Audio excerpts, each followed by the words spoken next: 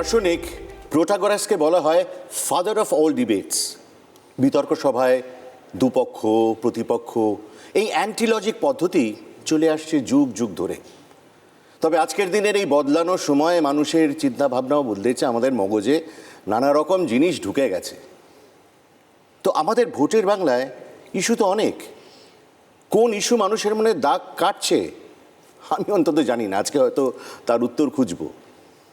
তর্কপ্রিয় বাঙালি এখন সে সব কিছু নিয়েই আলোচনায় ব্যস্ত, আর নেতারা ব্যস্ত বিপক্ষকে যুক্তি জালে বেঁধে ফেলতে। তবে আমরা তো চাইব যে let 100 thoughts bloom or blossom. তাই ভুলে যান ওই স্টুডিওর ক্লিশের তর্কাতর্কি ধাক্কাধাক্কি মারামারি। এবার উত্তর খুঁজি, একটু সঠিক উত্তর খুঁজি। এবার বিতর্কের স্বাদটা একটু অন্যরকমভাবে যদি করতে পারি খুশি হব। শুরু করছি TV9 বাংলার বঙ্গযুদ্ধ মেগা বিতর্ক। আর আমরা দুজন অনির্বাণ, আমার পাশে অনির্বাণ সিনহা। দেখি অনির্বাণের শিখা জ্বালাতে পারি কিনা আজকে। আমরা দুই অনির্বাণ মিলে যদি বিতর্ককে অনির্বাণ রাখতে পারি, তর্কপ্রিয় বাঙালির কথা বলছিল অনির্বাণ দা একটু আগেই, তাহলে সেটা বোধহয় সব থেকে বড় প্রাপ্তি হবে আমাদের জন্য, এই তর্কপ্রিয় বাঙালির জন্য। আজকের এই মেগা ডিবেট বা মেগা বিতর্ক শুরু করবার জন্য সব থেকে বড় ইস্যু আর কি হতে পারতো অনির্বাণ দা? যখন SIR চলছে, দেশের সঙ্গে দেশের অন্য রাজ্যেও চলছে, তার সঙ্গে বাংলাতেও চলছে, কিন্তু গোটা দেশে যা চলছে আর বাংলায় যা চলছে তা বোধহয় একদম আলাদা, একদম আলাদা। ফলে আজকে আমরা বেছে নিয়েছি এই ইস্যুটাকে আজকের বিতর্কের জন্য। আমাদের আজকের ইস্যুটা খুব সোজাসাপটা প্রথমেই আপনাদের বলে দিই।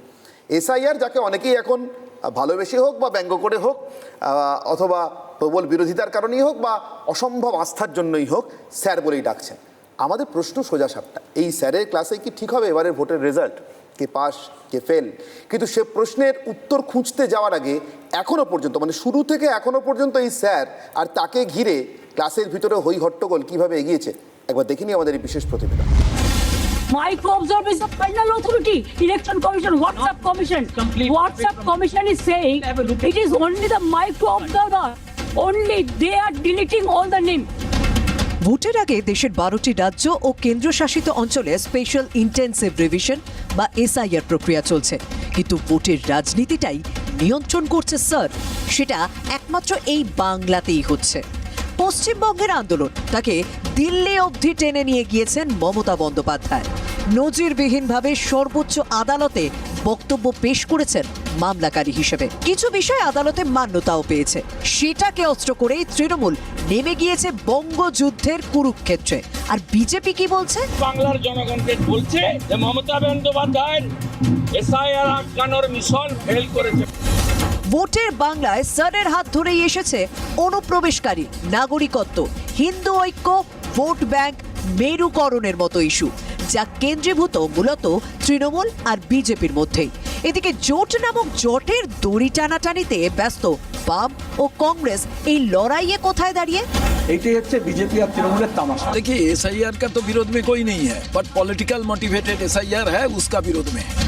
নিয়ম মেনে 7ই মের মধ্যে পশ্চিমবঙ্গের নতুন বিধানসভা গঠন করে ফেলতে হবে। কিন্তু স্যারের ক্লাসের রাজনীতি প্রতি মুহূর্তে এমন রং বদলাচ্ছে, তাতে সময়ে সবকিছু সময় হওয়া নিয়েও সংশয়ও তৈরি হয়েছে অনেকের মনে। স্যারের এনুমারেশন পর্ব শুরু হয় গত 4 নভেম্বর। এরপর নানা ঘাত প্রতিঘাতের মধ্যে এগোয় প্রক্রিয়া। এখন সুপ্রিম কোর্টের নির্দেশের পরে নথি যাচাইয়ের কাজ 21শে ফেব্রুয়ারি শেষ হবে। তবে 7 দিন পরে চূড়ান্ত ভোটার তালিকা প্রকাশ। তখনই বোঝা যাবে কত নাম বাদ পড়লো, কাদের নাম বাদ পড়লো। মোদ্দা কথা, সব গুছিয়ে বাংলায় নির্বাচন করাতে 68 দিনের মতো সময় পাবে নির্বাচন কমিশন। এখনো পর্যন্ত পশ্চিমবঙ্গে SIR প্রক্রিয়ার মেয়াদ 4 বার বাড়াতে হয়েছে, যা অন্য কোনো রাজ্যেই হয়নি। তবে পর্যবেক্ষক মহলের ব্যাখ্যা, বিহারে SIR প্রক্রিয়ার সময় বিরোধী শিবির সেভাবে প্রতিরোধ গড়ে তুলতে পারেনি। তাই কি বাংলার SIR এর ক্ষেত্রে মমতা বন্দ্যোপাধ্যায় একেবারে সামনে দাঁড়িয়ে নেতৃত্ব দিচ্ছেন? Bureau report, TV9 Bangla. আজকে স্যারের ক্লাসে আমরা দুজন অনির্বাণ, আর আমাদের সঙ্গে আছেন 6 জন বিশিষ্ট অতিথি। আগে আলাপ করিয়ে নিই। আমার ঠিক বাঁদিকে আছেন বিজেপি নেতা জগন্নাথ চট্টোপাধ্যায়, ঠিক তারপরে আছেন শতরূপ ঘোষ CPM নেতা, এবং ঠিক তার পরে আছেন রাহুল অরুণোদয় ব্যানার্জি অভিনেতা। আর আমার সঙ্গে, মানে আমার দিকে যারা রয়েছেন, আমার ঠিক ডান দিকে অরূপ চক্রবর্তী তৃণমূল কংগ্রেসের পক্ষ থেকে, তারপরেই রয়েছেন আশুতোষ চট্টোপাধ্যায় কংগ্রেসের পক্ষ থেকে, এবং আমার সঙ্গে রয়েছেন প্রদীপ চট্টোপাধ্যায় রাজনৈতিক বিশ্লেষক। আমি প্রত্যেকের সঙ্গেই যেভাবে আপনাদের কথা বলানোর আমি এবং অনির্বাণদা বলাবো, অর্থাৎ তারা তাদের বক্তব্য পেশ আমার মনে হয় আজকের দিনটা কিভাবে যাবে এই মেগা রুলটা- ডিবেটটা, হ্যাঁ। সেই রুলটা একটু তুমি বলে দাও আমাদের। এক্স্যাক্টলি, রুলটা হচ্ছে খুব সহজ। প্রত্যেকে তার নিজের বক্তব্য পেশ করবার জন্য শুরুতে 5 মিনিট পাবেন। 4 মিনিটের মাথায় আমরা একটা ওয়ার্নিং বেল দেবো, আর তার মধ্যে 1 মিনিটের মধ্যে, পরবর্তী 1 মিনিটের মধ্যে তার বক্তব্য শেষ করতে হবে। এই 5 মিনিট করে প্রত্যেকে নিজের বক্তব্য শেষ করার পর আমরা আবারও ফিরে আসব। বক্তব্যের পাল্টা বক্তব্য, বিতর্ক কোন দিকে এগোবে, কোন খাতে এগোবে, তার ভিত্তিতে প্রত্যেকে এরপরে আবারও 4 মিনিট করে সময় পাবেন, আর সবশেষে ওপেন ডিবেট। হ্যাঁ, তো আমার মনে হয় অনির্বাণ, আমরা শুরু করি একটা সিটিজেন্স ভয়েস দিয়ে। রাহুল অরুণোদয় ব্যানার্জি, আপনাকে কাইন্ডলি পোডিয়ামে গিয়ে বলতে হবে। আমাদের মঞ্চে উপবিষ্ট সবাইকে আমার শ্রদ্ধা এবং অভিনন্দন, শুভেচ্ছা, সব যেগুলো যেগুলো দেওয়ার সেগুলো দিয়ে দিলাম। আমি আমার বক্তব্য শুরু করি। এসআইআর যে তর্কটা, সেই প্রসঙ্গে আমাদের অ্যাঙ্কার শুরুতে একটা মজার কথা বললেন যে গোটা ভারতের প্রেক্ষিত এবং বাংলার প্রেক্ষিত আলাদা। বাকি সব প্রেক্ষিত যদি বাদও দিই, মিস্টার মিশ্রার ছেলে মিস্টার মিশ্রাই হবেন, মিস্টার আইয়ারের ছেলে মিস্টার আইয়ারই হবেন, কিন্তু মিস্টার মুখোপাধ্যায়ের ছেলে মিস্টার মুখার্জি হতে পারে। তো আমাদের প্রেক্ষিত অনেকভাবে আলাদা। তো এসআইআর বা স্পেশাল ইন্টেন্সিভ রিভিশন আসলে কেন হয়েছিল? ইলেকশন কমিশনের মতে তার উদ্দেশ্য ছিল ভোটার তালিকা বিশুদ্ধ করা, মৃত ও স্থানান্তরিতদের নাম বাদ দেওয়া, ভুল ত্রুটিগুলো দূর করা, নতুন যোগ্য ভোটারদের অন্তর্ভুক্ত করা, এক ব্যক্তির একাধিক ভোটার তালিকায় নাম থাকলে সেগুলো বাদ দেওয়া ইত্যাদি। প্রতি বছরই নিয়ম করে ভোটার তালিকা সংশোধন হয়, সেখানে তো এসব কাজই হয়। সেক্ষেত্রে এটা আলাদা কোথায়? কারণ এখানে বিদেশি অনুপ্রবেশকারীর কথা উঠে আসছে, সেই জন্যই এসআইআর নির্বাচন কমিশনের কাছে আরও গুরুত্বপূর্ণ পদক্ষেপ হচ্ছে। কিন্তু বাস্তবে এটা কি? বাস্তবে এটা আরএসএস বিজেপি যেটা 2000 বছর 2-3 আগে সিএএ এবং এনআরসির মাধ্যমে করতে চেয়েছিলেন, সেটাকেই ঘুরিয়ে নাক দেখানো। মানে যারা বিজেপির ওই বিচ্ছেদকামী এবং মানে ভাগ করে দেওয়া রাজনীতিকে সেই সময় চ্যালেঞ্জ করেছিলেন, এবার তাদের নাগরিকতাকে চ্যালেঞ্জ করবার জন্য এসআইআরকে আনা হচ্ছে এবং শ্রমজীবী মানুষকে ভোটাধিকার সহ অন্য সব রকম ন্যায্য নাগরিক অধিকার থেকে বঞ্চিত করতে এনআরসির পথ ধরেই কিন্তু এসআইআর আসছে, শুধু তার নামটা একটু বদলে দিয়ে তার ধরনটা একটু বদলে দেওয়া হচ্ছে। এবার আমরা যতই যাই বলি, এটা বিশেষ করে একটি ধর্মের উপর নেমে আসছে এবং সেই ধর্মটি যেমন মুসলিম, সেটা যেমন উল্লেখ করে দেওয়া প্রয়োজন এবং দ্বর্থহীনভাবে উল্লেখ করে দেওয়া প্রয়োজন, মুসলিমদের প্রতি এই ক্ষোভটা বেশিরভাগ ক্ষেত্রে নেমে আসছে এসআইআরের ক্ষেত্রে। আরেক দলের প্রতি নেমে আসছে যারা ইন্ডিয়ার সবথেকে বড় সংখ্যাগুরু, হ্যাভ নটস। এবার আমি অভিনেতা, আমি কলকাতায় থাকি, আমার স্থানান্তকরণ সেভাবে হয় না, ম্যাক্সিমাম 10 দিনের আউটডোর হয়। আমার কোনো লজিক্যাল ডিসক্রিপেন্সি হলে আমি যত সহজে গিয়ে সেটা সারাতে পারবো, যে পেটের দায়ে বিভিন্ন রাজ্যে ঘুরে বেড়াচ্ছে যারা পরিযায়ী শ্রমিক, তাদের পক্ষে হয়তো গল্পটা অতটা সহজ নয়। এমনিতেই আরএসএস এবং বিজেপির যে মনুবাদী মানসিকতা, সেখানে সামগ্রিক ভোটাধিকারকে তারা পছন্দ করে না, তারা বরদাস্ত করে না এবং তারা সবসময় চেয়েছে ভোটাধিকার সেন্ট্রালাইজড হোক এবং সেটা তাদের ফরে হোক। এবং এসআইআর সেইটারই প্রক্রিয়া এবং বিপদে যারা পড়ছে তাদের মধ্যে যেমন আমি আমাদের পরিযায়ী শ্রমিক, প্রাকৃতিক দুর্যোগে যাদের বাসস্থানের ঠিক থাকে না, ফলত যাদের কাগজপত্র, যেমন সুন্দরবনের বিস্তীর্ণ অঞ্চল বা যেই সব জায়গায় প্রচুর ঝড় আয়লা এসব হয়, তাদের কাগজপত্রের কোনো ঠিক থাকে না। ভারতবর্ষের সমাজে মেয়েদের সমান অধিকারের লড়াই লড়ে যেতে হচ্ছে। পুরুষতান্ত্রিক সমাজে জমি জায়গা অন্যান্য সম্পত্তিতে মহিলাদের নাম অনেক ক্ষেত্রেই বাদ চলে যায়। অনেক মহিলাকে বিয়ের পর তার বাবা মার পরিচয় কার্যত মুছে ফেলতে হয়। স্বামীর পরিচয় তার জীবন চলে। স্বামীহারা মহিলার অস্তিত্ব আরও সংকটের মুখে পড়ে। এসআইআরের আক্রমণের অন্যতম লক্ষ্য বাংলার উদ্বাস্তু মানুষ, যার একটা সময়ের উদ্বাস্তু আমি, মানে আমার ঠাকুরদা উদ্বাস্তু হয়ে এসেছিলেন, আমি অতটা বিপদে নই, কিন্তু পরবর্তীকালে যারা এসেছেন তারা খুবই বিপদে। একদিকে তাদের নাগরিকত্ব কেড়ে নেওয়ার হুমকি, আবার অন্যদিকে নাগরিকত্ব আইন বিধিকে সামনে রেখে নাগরিকত্বের লোভ দেখানোর কাজটি চলে যাচ্ছে। এবং এই বাইনারির ফলে যেটা হচ্ছে, গোটা রাজ্যের কাছে পরিত্রাতা হিসেবে আবির্ভূত হচ্ছেন মমতা ব্যানার্জি। ফলে বিজেপি কিন্তু ঘুরিয়ে পেঁচিয়ে তৃণমূলের ভোটের খেলাটা শক্ত করার কাজ অন্য ভোটে যেমন করেন এই ভোটেও চালিয়ে যাচ্ছেন, এইবার বাইনারিটা চালিয়ে, যে দেখো তোমাদের পরিত্রাতা, তোমাদের দুর্গা আসলে মমতা ব্যানার্জি। আসলে আমরা তো দেখেইছি হ্যাঁ, আমরা তো দেখেইছি, এবং আমাদের অভিযোগটাও চিরকাল থেকেছে যে এই আতাত খুবই অশুভ, এই আতাত এখনো চলছে। ধন্যবাদ। রাহুলের বক্তব্য নিশ্চিতভাবে কোনো রাজনৈতিক দলের নয়, রাজনৈতিক মতের হতেই পারে, কিন্তু একজন নাগরিক হিসেবে তিনি তার বক্তব্য পেশ করলেন, রাহুল অরুণোদয় বন্দ্যোপাধ্যায়। যারা এসআইআর এর প্রক্রিয়াটা শুরু করেছিলেন এদেশে, মানে তখন হয়তো এইভাবে এত গালভরা নামটাম ছিল না, আর এদেশের নাগরিকত্বের প্রথম আইনটা যারা পাশ করিয়েছিলেন, কারণ তারা সব থেকে বেশি দিন দেশ শাসন করেছেন, আমার মনে হয় তাদের পক্ষ থেকে কাউকে ডাকা উচিত। আশুতোষ চট্টোপাধ্যায়, কংগ্রেসের পক্ষ থেকে, প্লিজ। উপস্থিত সকলকে নমস্কার। এখন ব্যাপার হচ্ছে, কংগ্রেস তো কিছু জিনিস করেছিল ভারতবর্ষের জন্য এবং অনেক কিছুই করেছেন যার জন্য আজকে ডেমোক্রেটিক পিলারগুলো দাঁড়িয়ে রয়েছে, যেগুলোকে স্তম্ভ বলি আমরা। তার ভেতরে আরপি অ্যাক্ট নিশ্চয়ই আছে, যেটা আপনি বলতে চেয়েছেন। শুরুতেই বলি, আপনার এই প্রতিবেদন আমি শুনছিলাম যে এসআইআর চলছে, আমরা বলছি না, এসআইআর চালানো হচ্ছে। এবং শুভঙ্কর সরকার, প্রদেশ কংগ্রেসের সভাপতি, প্রথম দিনই সুর বেঁধে দিয়েছিলেন অল পার্টি মিটিংয়ে, যেখানে এখানে যারা বসে আছেন তার ভেতরে একজন উপস্থিত ছিলেন, জগন্নাথ চট্টোপাধ্যায়, বিজেপির। আমরা সেদিনকেই প্রতিবাদ করেছিলাম, অন্য কোনো পলিটিক্যাল পার্টি কিন্তু চুপ করে বসেছিল। আমরা বলেছিলাম কোনো পলিটিক্যাল মোটিভেটেড এসআইআর কিন্তু পশ্চিমবঙ্গে হবে না। এটা আমরা খুব দায়িত্ব নিয়ে সেদিনকে বলেছিলাম। আপনার টিভির ক্যামেরাম্যান ছিল, সবাই ছিল, দেখে নেবেন আর্কাইভে। এবং আপনাকে জানিয়ে রাখি যে এই যে প্রথম কেসটা কংগ্রেসের পক্ষ থেকে করা হলো সুপ্রিম কোর্টে, 1088 শুভঙ্কর সরকার কেস করলেন, কংগ্রেস পার্টি কেস করল।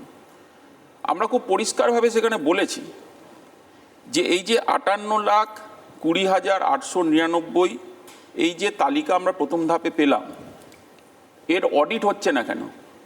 যে কোনো জিনিসের আজকের দিনের অডিট হওয়াটা প্রয়োজন। নির্বাচন কমিশন যা যা করছে তার কারণ আছে। প্রথম কারণটা কি? প্রথম কারণটা হচ্ছে যে লাস্ট আমরা আপডেট, যে অল পলিটিক্যাল পার্টি যারা আমরা আছি এখানে, লাস্ট আপডেট আমরা কি পেয়েছি? 20 তারিখে পেয়েছি, 20 জানুয়ারি, ফর্ম 7 ফর্ম 6-এর আপডেট। কেন? ওয়াই?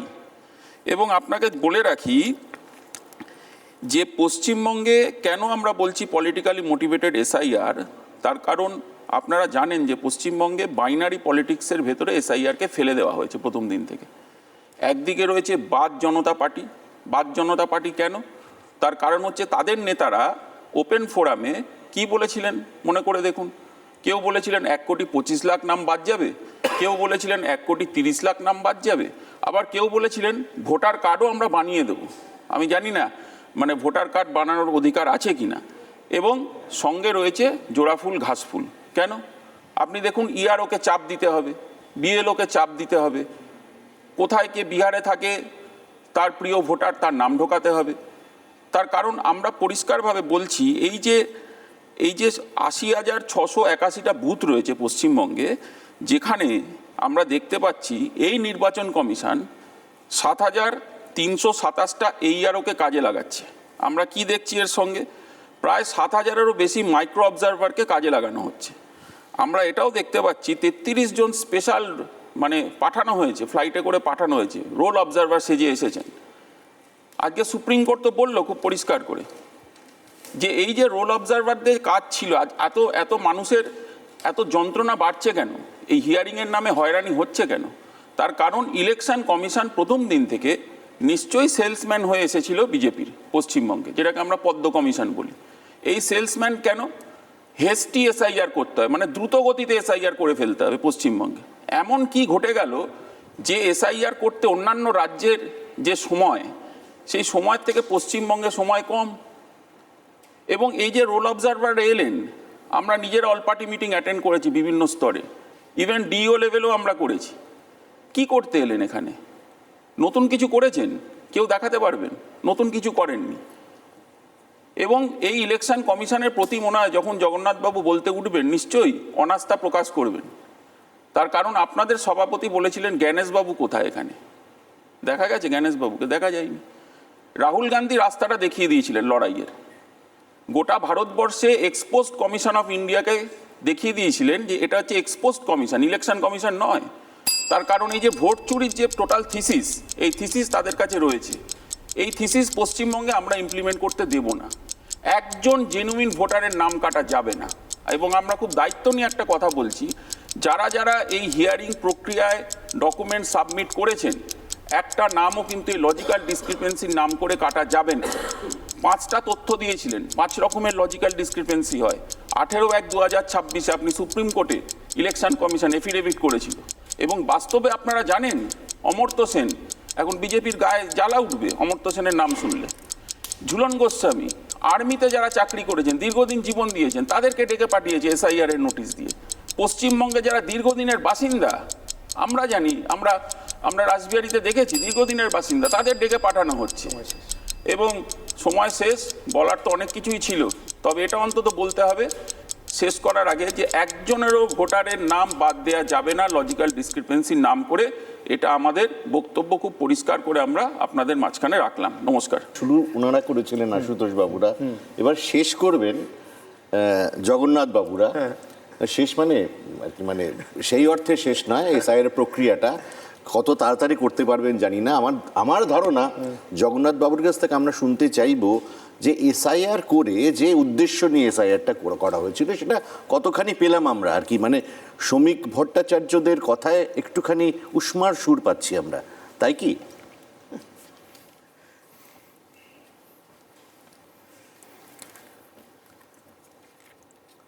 সকলকে নমস্কার। বলতে শুরু করার আগে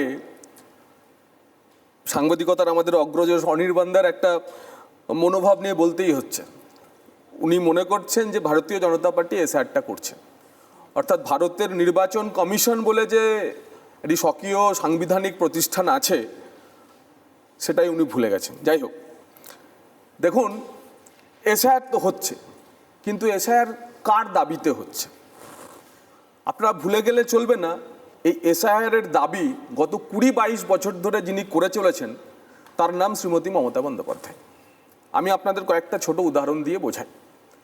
2002 সালে এসআইআরের পরেতে প্রথম যে নির্বাচন হয়েছিল 2004 সালের লোকসভা ভোটে যাবৎকালের তৃণমূল কংগ্রেসের সবচেয়ে খারাপ ফল, এবং মাত্র মমতা বন্দ্যোপাধ্যায় একমাত্র এমপি হয়ে দিল্লি গেছিলেন। এবং তার প্রতিফলন হয়েছিল যে সিপিএম এসআইআরটা এমনভাবে করিয়ে নিয়েছে, বাংলাদেশি ভোটারদের নাম এমনভাবে রেখে দিয়েছে যে তার দলের এত খারাপ ফল হয়েছে। তাই 2005 সালের অগাস্ট মাসে তিনি ডেপুটি স্পিকারের উপর বাংলাদেশি ভোটারদের, এই এসআইআর থেকে বাদ পড়া বাংলাদেশি অনুপ্রবেশকারীদের ভোটারদের ফাইল ডেপুটি স্পিকারের উপর ছুঁড়ে মেরে বলেছিলেন, স্যার বাংলাদেশি অনুপ্রবেশকারীদের নাম ভোটার লিস্টে রয়ে গেছে, সিপিএম এইভাবেই এসআইআর করিয়ে নিয়েছে, তাতে আমাদের এই ফল খারাপ হয়েছে। সে 2005 থেকে শুরু আন্দোলন করা, এসআইআর চাই, এসআইআর চাই, এসআইআর চাই। 2025 জানুয়ারি মাসে যখন চূড়ান্ত ভোটার তালিকা, মানে বছরের যে ভোটার তালিকা বেরোলো, অরূপদাদের মনে থাকবে ফেব্রুয়ারি মাসে নেতাজি ইন্ডোর স্টেডিয়ামে উনি বললেন যে বিজেপি হরিয়ানা, রাজস্থান, ভারতবর্ষের বাকি সমস্ত রাজ্য থেকে নাকি পশ্চিমবঙ্গে ভোটার ঢুকিয়ে দিয়েছে, তাই এদেরকে বের করতে হবে। উনি ভোটার তালিকা অবধি দেখালেন, কিছু ভোটারের নাম দেখালেন, তারপর তৃণমূলের অভিযান শুরু হলো যে ভোটার তালিকার বিশেষ সংশোধনী চাই, ভোটার তালিকার সংশোধন করতে হবে।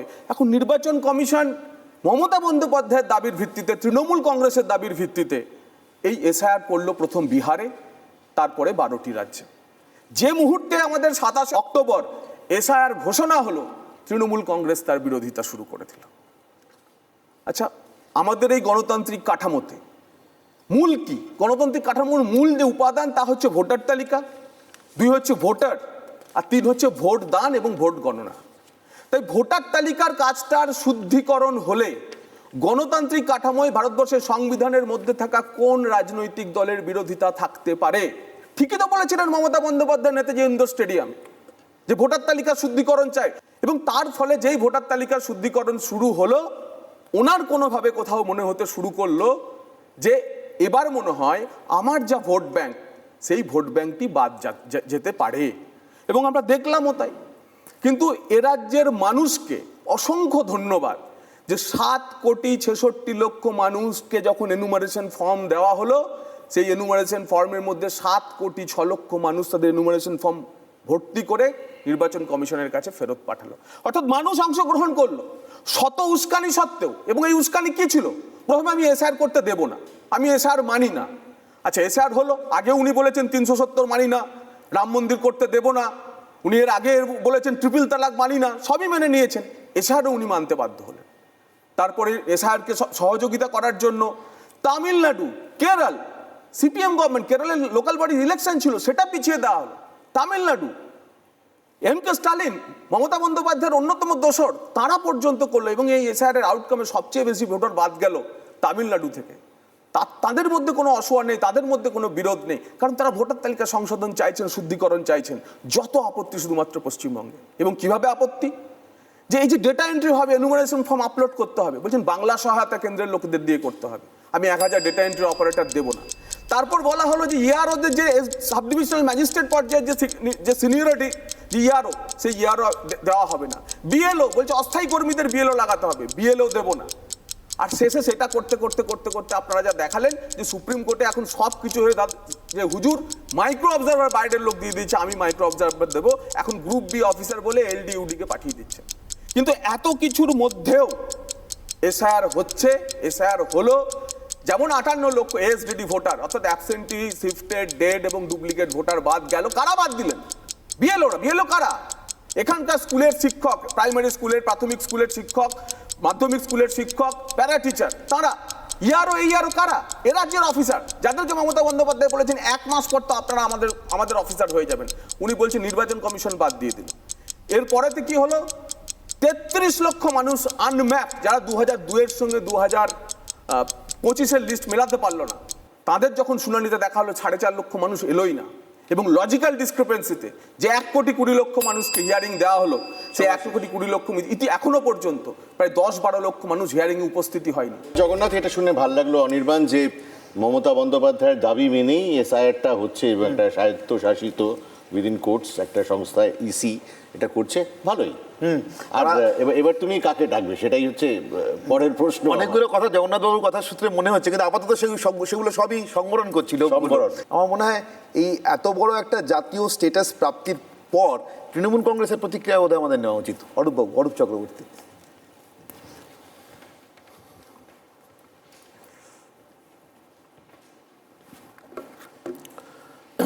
ধন্যবাদ।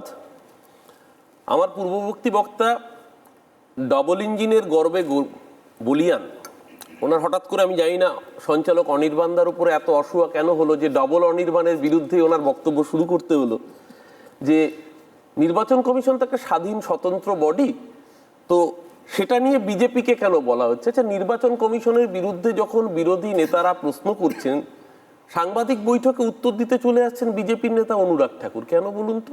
ঠাকুর ঘরে কে আমি কলা খাইনি? আপনারাই তো প্রতিপদে প্রমাণ করে দিচ্ছেন যে আপনারাই নির্বাচন কমিশন। শুভেন্দু অধিকারী, আপনি বলছেন যে বিএলওদের কথা, হুঙ্কার দিচ্ছে কি যে বিহারে 57 জনকে জেলে পুরেছি, এখানে জেলে পড়ার জন্য রেডি থাকুন। আমাদের বলতে হয়নি, আপনি তথ্য দিলেন 7,64,00,000 মধ্যে এনুমারেশন ফর্ম জমা দিল 7,06,00,000 মানুষ। আপনার তথ্য, একদম বাস্তব তথ্য, নির্বাচন কমিশন সূত্রে পাওয়া তথ্য। 58 লাখ মানুষ যারা মৃত বা যারা স্থানান্তরিত, তাদের নাম বাদ যাবে ন্যাচারাল প্রসেস। খুব ভালো কথা। তাহলে বাকি যে 7,06,00,000 মানুষ যারা জমা দিলেন, আপনারাই তো বলেছিলেন যে 2002 সালে নাম থাকলে কোনো ভয় নেই, কিংবা বাবা মার নাম থাকলে প্রজেনি ম্যাপিং কোনো ভয় নেই। তার মানে যে 7,06,00,000 মানুষ জমা দিলেন তার নাম রয়েছে অথবা বাবা মার নাম রয়েছে। তাহলে যে 1,20,00,000 রোহিঙ্গা অনুপ্রবেশকারী গল্প দিয়েছিলেন জগন্নাথ বাবুরা, আমি জানি না জগন্নাথ চট্টোপাধ্যায়কে নোটিশ খেতে হয়েছে কিনা চট্টোপাধ্যায় চ্যাটার্জির জন্য। এ রাজ্যের কৃষিমন্ত্রী শোভনদেব চট্টোপাধ্যায়, তার ছেলেকে নোটিশ খেতে হয়েছে, বাবার পদবী চট্টোপাধ্যায়, ছেলে লেখেন চ্যাটার্জি। তার অপরাধ কি আমি জানি না, রোহিঙ্গা কিনা। নেতাজি সুভাষচন্দ্র বসু, তার পরিবারের লোক আপনাদের একসময় লোকসভার প্রার্থী ছিলেন, তাকে লজিক্যাল ডিসক্রিপেন্সি লাইনে দাঁড়িয়ে প্রমাণ করতে হবে যে নেতাজি সুভাষচন্দ্র বসুর পরিবার রোহিঙ্গা মুসলমান অনুপ্রবেশকারী কিনা। 6 জন মানুষ, তাদের বাবার নামে এক অপরাধ। ভারতবর্ষের কোন আইনে রয়েছে? 6 জন মানুষের বাবার নাম যদি এক অপরাধ হয়, লজিক্যাল ডিসক্রিপেন্সির লাইনে দাঁড়াতে হয়, দেশের প্রধানমন্ত্রী নরেন্দ্র মোদীকে লাইনে দাঁড়িয়ে প্রমাণ করতে হবে যে উনি রোহিঙ্গা নন। নরেন্দ্র মোদীরা 6 ভাই বোন, লাইনে দাঁড়াতে হয়েছে। আজকে রবীন্দ্রনাথ ভাগ্যিস বেঁচে নেই, ঠাকুর আর টেগোর ছেড়ে দিন, ও তো লজিক্যাল ডিসক্রিপেন্সি খেয়েই রয়েছে। 14 ভাই বোন, তার উপর শিলাইদহ জমিদারি ছিল, সবার আগে তো রোহিঙ্গা বলে রবীন্দ্রনাথকে দাঁড় করাতেন লাইনে। আজকে এই যে টোটাল প্রসেসটা করলেন, রোহিঙ্গা অনুপ্রবেশকারীর কথা বলে বাংলার 10.5 কোটি মানুষকে ভোগান্তির মধ্যে দিয়ে নিয়ে গেলেন। কজন রোহিঙ্গা, কজন অনুপ্রবেশকারী আপনি অফিসিয়ালি আইডেন্টিফাই করে নির্বাচন কমিশন জানালো যে তাদেরকে পাওয়া গেছে? সংখ্যাটা এখন অবধি জগন্নাথ বাবু 0। তো এই 0 সংখ্যার রোহিঙ্গা অনুপ্রবেশকারীর জন্য যারা লজিক্যাল ডিসক্রিপেন্সি নামক লাইনে দাঁড় করালেন বাংলার মানুষকে, বাংলার মানুষ প্রতিটা ইঞ্চিতে সেই সমস্ত হিসেব রাখছে। মাইক্রো অবজারভার সারা ভারতবর্ষের দায়িত্ব নিয়ে বলছি, সারা ভারতবর্ষে এই এসআইআর প্রসেস 13টা রাজ্যে হচ্ছে। আচ্ছা, আসামে তো নির্বাচন রয়েছে। আসামে কি হল? আসামও তো বাংলাদেশের সাথে বর্ডার শেয়ার করে। আসামের মুখ্যমন্ত্রী হেমন্ত বিশ্ব শর্মা 2 দিন আগে ভিডিও ভাইরাল হয়েছে, সংখ্যালঘুদের উদ্দেশ্যে ভিডিওতে দেখা যাচ্ছে বন্দুক দিয়ে গুলি করছেন। এটা ভারতবর্ষের বুকে অঙ্গরাজ্যের নির্বাচিত মুখ্যমন্ত্রী, সংবিধান চুলোয় গেছে, ন্যায় সংহিতা চুলোয় গেছে, সমস্ত কিছু চুলোয় গেছে, প্রকাশ্যে থ্রেট দিচ্ছেন সংখ্যালঘুদের। কজন মানুষের নাম বাদ গেল? 2,43,000 মানুষের নাম উল্টে উঠলো। কজন? 6,50,000 মানুষের নাম উঠলো। Natural process. কিন্তু এই যে বাংলার সাথে এই বৈষম্য, লজিক্যাল ডিসক্রিপেন্সির এই অসভ্যতম বাংলার মানুষের সাথে করা হলো, তার মধ্যে মাইক্রো অবজারভার ডিপ্লয় করে ডিলিশনের ক্ষমতা শুধুমাত্র তাদের হাতে রাখা হলো, যেটা সুপ্রিম কোর্ট আগের দিন যখন মমতা ব্যানার্জি অ্যাপিয়ার করলেন, সুপ্রিম কোর্ট পরিষ্কার করে দিল যে মাইক্রো অবজারভারের হাতে এই ক্ষমতা থাকবে না, এই ক্ষমতা ইআরওর হাতে থাকা হবে, যেটা আইন অনুযায়ী। আপনারা প্রতিটা স্তরে আইন ভেঙেছেন। আইন ভেঙে একটা রাজ্যে আপনারা জানেন যে ভোটে জিততে পারবেন না। গতবার বিজেপির সাথে তৃণমূলের ভোটের পার্থক্য ছিল 68 লক্ষ। তার জন্য টার্গেটটা বেঁধে দিয়েছিলেন তার ডাবল, 1,20,00,000, 1,40,00,000। আপনিও তো বলেছিলেন। আজকে আপনার খারাপ লাগে না? আপনি তো সিউড়ি থেকে গতবার প্রতিদ্বন্দ্বিতা করেছিলেন, বীরভূমের মাটি বলে গর্ববোধ করেন। সেই বীরভূমের ঘরের একটি মেয়ে সোনালী খাতুন, তার বাবা ভাদু শেখের নাম 2002 সালের তালিকায় রয়েছে। তাকে বাংলাদেশি বলে রাতের অন্ধকারে বাংলাদেশে পাঠিয়ে দিলেন একটা 5 মাসের অন্তঃসত্ত্বা মেয়েকে। সেই মেয়েটা যখন 9.5 মাসে মানে প্রসব করবে সন্তান, সেই অবস্থায় মমতা ব্যানার্জি, অভিষেক ব্যানার্জি ইন্টারভেন করে ভারতবর্ষে নিয়ে আসার ব্যবস্থা করলেন। হেভিয়াস কর্পাস মামলা দায়ের করতে হলো। লজ্জা করে না? বীরভূমের ওই মেয়েটার কাছে গিয়ে যাবেন, পারবেন তো ভোট চাইতে? যারা বাঙালিকে, আজকেও পুরুলিয়াতে একজন বাঙালি পরিযায়ী শ্রমিককে খুন করেছেন আপনাদের পুনের ডবল ইঞ্জিনের সরকার। এরপর ওই বাঙালির কাছে ভোট চাইতে যাবেন তো? যারা এই লজিক্যাল ডিসক্রিমিনেশন নামক হয়রানির লাইনে বাংলার মানুষকে দাঁড় করালো, 2 মাস লাগবে না, 1.5 মাস পরে ভোটের লাইনে দাঁড়াবে বাংলার মানুষ। এই হয়রানির লাইনের জবাব ভোটের লাইনেই দেবে বাংলার মানুষ। ধন্যবাদ অরূপ। প্রথম বক্তা রাহুল একটা ইম্পর্টেন্ট ইস্যু তুলেছে, যেটা আমি খানিকটা জানতে চাই, যেটা যে এই যে প্রান্তিক মানুষ, হ্যাভ নটস যারা, যেটা এই দুটো ওয়ার্ড ইউজ করেছে, আমার আশঙ্কা বা আমার ধারণা, নাম বাদ পড়ার যে তালিকা, তাতে এই লোকগুলো ঢুকে গেল না তো আর কি। রোহিঙ্গার বদলে একটা আদিবাসী গ্রাম, সে হয়তো বন্যায় প্রত্যেক বছর ঘর বাড়ি ধুয়ে যায়, তার কাছে কোনো ডকুমেন্ট নেই, সেই লোকটাই আলটিমেটলি ভিকটিম হয়ে গেল না তো এসআইআর প্রসেসে? যে যুগ যুগ ধরে আমার অনেক আগে থেকে এবং আমার পরিবার পূর্বপুরুষে অনেক আগে থেকে কোনো একটা জঙ্গলে বাস করে, তো সেটা আমি একটুখানি আমার পরবর্তী বক্তা শতরূপ ঘোষের কাছ থেকে শুনবো।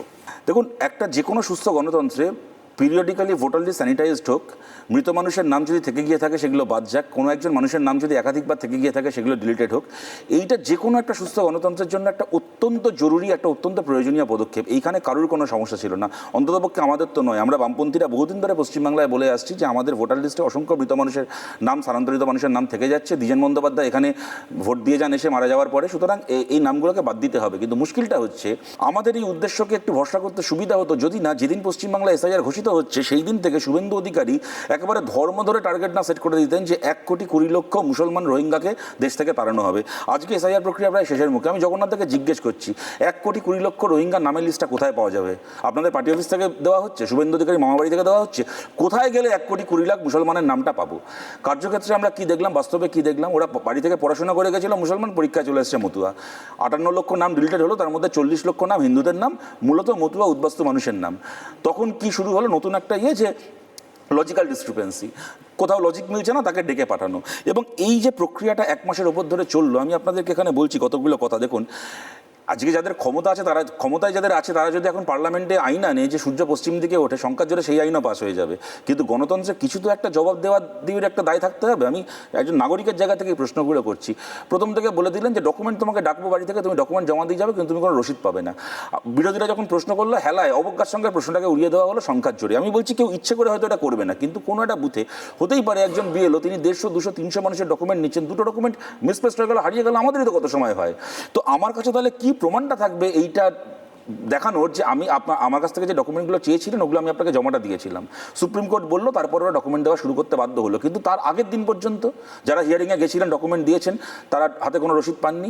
যেদিন তালিকাটা বেরোক, ফাইনালি 21 তারিখ বেরোক, 25 তারিখ বেরোক, যেদিন তালিকাটা বেরোক, যদি দেখা যায় যে কোনো মানুষের মানে ডকুমেন্ট হারিয়ে গেছিলো বলে তার নামটা ডিলিটেড হয়ে গেছে, আজকে আপনি বলুন তো সেই মানুষটা কী দিয়ে নিজের সত্য বা নিজের জায়গাটাকে প্রমাণ করবেন?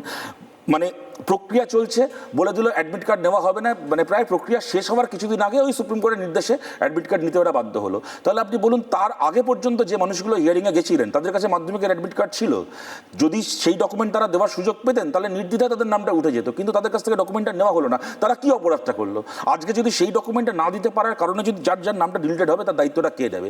একই কথা হচ্ছে পার্মানেন্ট রেসিডেন্সিয়াল সার্টিফিকেট। যেদিন ভাবতে পারেন হিয়ারিংয়ের শেষ হচ্ছে যেদিন, তার আগের দিন ঘোষণা করলো যে পার্মানেন্ট রেসিডেন্সিয়াল সার্টিফিকেট আমরা নেব। তাহলে একদিন পর্যন্ত যাদের কাছে সেই সার্টিফিকেট ছিল, তারা নিয়ে গেছিল, আপনারা জমা নিলেন না, তাদের যদি আজকে কারোর নাম ডিলিটেড হয়ে যায়, তাদের দায়িত্বটা কি, কার অপরাধ তার? সবচেয়ে বড় কথা হচ্ছে, বিহারে যখন এসআইআর হচ্ছিল, বাংলাতে সেই সময় করতে পারতো। একদম তারিখ ধরে ধরে বাংলায় এমন সময় এসআইআরটা করা হলো, বা কেরালার ক্ষেত্রে এটা সত্যি, তামিলনাড়ুর ক্ষেত্রেও সত্যি, যেদিন ফাইনাল লিস্টটা বেরোবে তার 3-4 দিনের মধ্যে ভোট ঘোষণা হয়ে যাবে। অর্থাৎ আমি বলছি 100টা মানুষের নাম ডিলিটেড হলো, ধরুন আমি তর্কের খাতিরে ধরে নিলাম 98 জনের মানুষের নাম সঠিক কারণে ডিলিটেড হয়েছে।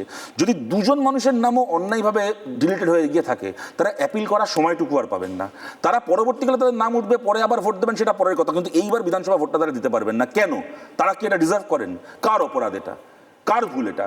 কেন বিহারের ক্ষেত্রে আমরা দেখিনি, ওরা এসআইআর করার সময় ওরা বললো যে আমরা আধার কার্ড নেব না, পরে সুপ্রিম কোর্টের নির্দেশে আধার কার্ডটা বললো এবার যারা অ্যাপিল করবে আমরা নিতে বাধ্য।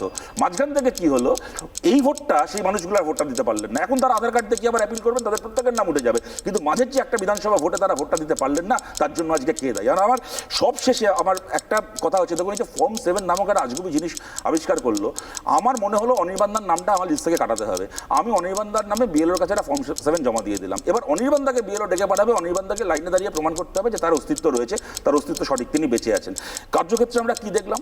শুরুতেই যেটা বলেছিলাম, মুসলমান মানুষের নাম বাদ দেওয়ার থেকে 4 গুণ বেশি হিন্দু মানুষের নাম বাদ গেল। এটা দেখার পরে একেবারে মুসলিম এলাকাগুলোতে, মুসলিম বুথগুলোতে টার্গেট করে একবারে ভোটার লিস্ট ধরে ধরে বিজেপির লোকেরা 1, 2, 3, 4 করে ফর্ম 7 জমা দিল সংখ্যালঘু মানুষের। 700-800 ভোটার, 500 জন 550 জনের বিরুদ্ধে ফর্ম 7 জমা দেওয়া। আর এমন এক অদ্ভুত নিয়ম, যে বিএলও তার 2 সপ্তাহ আগে নিজে গিয়ে সেই মানুষটার কাছে তার হচ্ছে এসআইআর এর ফর্ম দিয়ে এসছে, এনুমারেশন ফর্ম দিয়ে এসছে, তার 3 দিন 4 দিন পরে গিয়ে সেই ফর্মটা ফেরত নিয়ে এসছে, তার কাছে এখন ফর্ম 7 জমা পড়ে গেল যে এই লোকটা আসলে 5 বছর আগে মারা গেছে, নিজে 3 দিন আগে গিয়ে ফর্ম দিয়ে এসছে, ফর্ম ফেরত নিয়ে এসছে, সে আবার তাকে এখন আবার হিয়ারিংয়ে ডেকে পাঠাচ্ছে। এবার আমাকে একটা কথা বলুন, আমি আমার কথাকে শেষ করছি এইটা বলে, এসআইআর প্রক্রিয়া চলেছে, পশ্চিমবঙ্গ সরকার অসংখ্য জায়গায় অসহযোগিতা করেছে, আমরা সবাই জানি। এমত অবস্থায় জাল ফর্ম 7 জমা দিয়ে একটা বুথ পিছু 300-400 লোককে যে অহেতুক এসআইআর এর লাইনে দাঁড়টা করানো হলো, যারা যারা এই মিথ্যে অভিযোগটা করলো তাদের বিরুদ্ধে কেন এফআইআর করা হবে না? কেন তাদেরকে ইলেকশন কমিশন গ্রেপ্তার করবে না?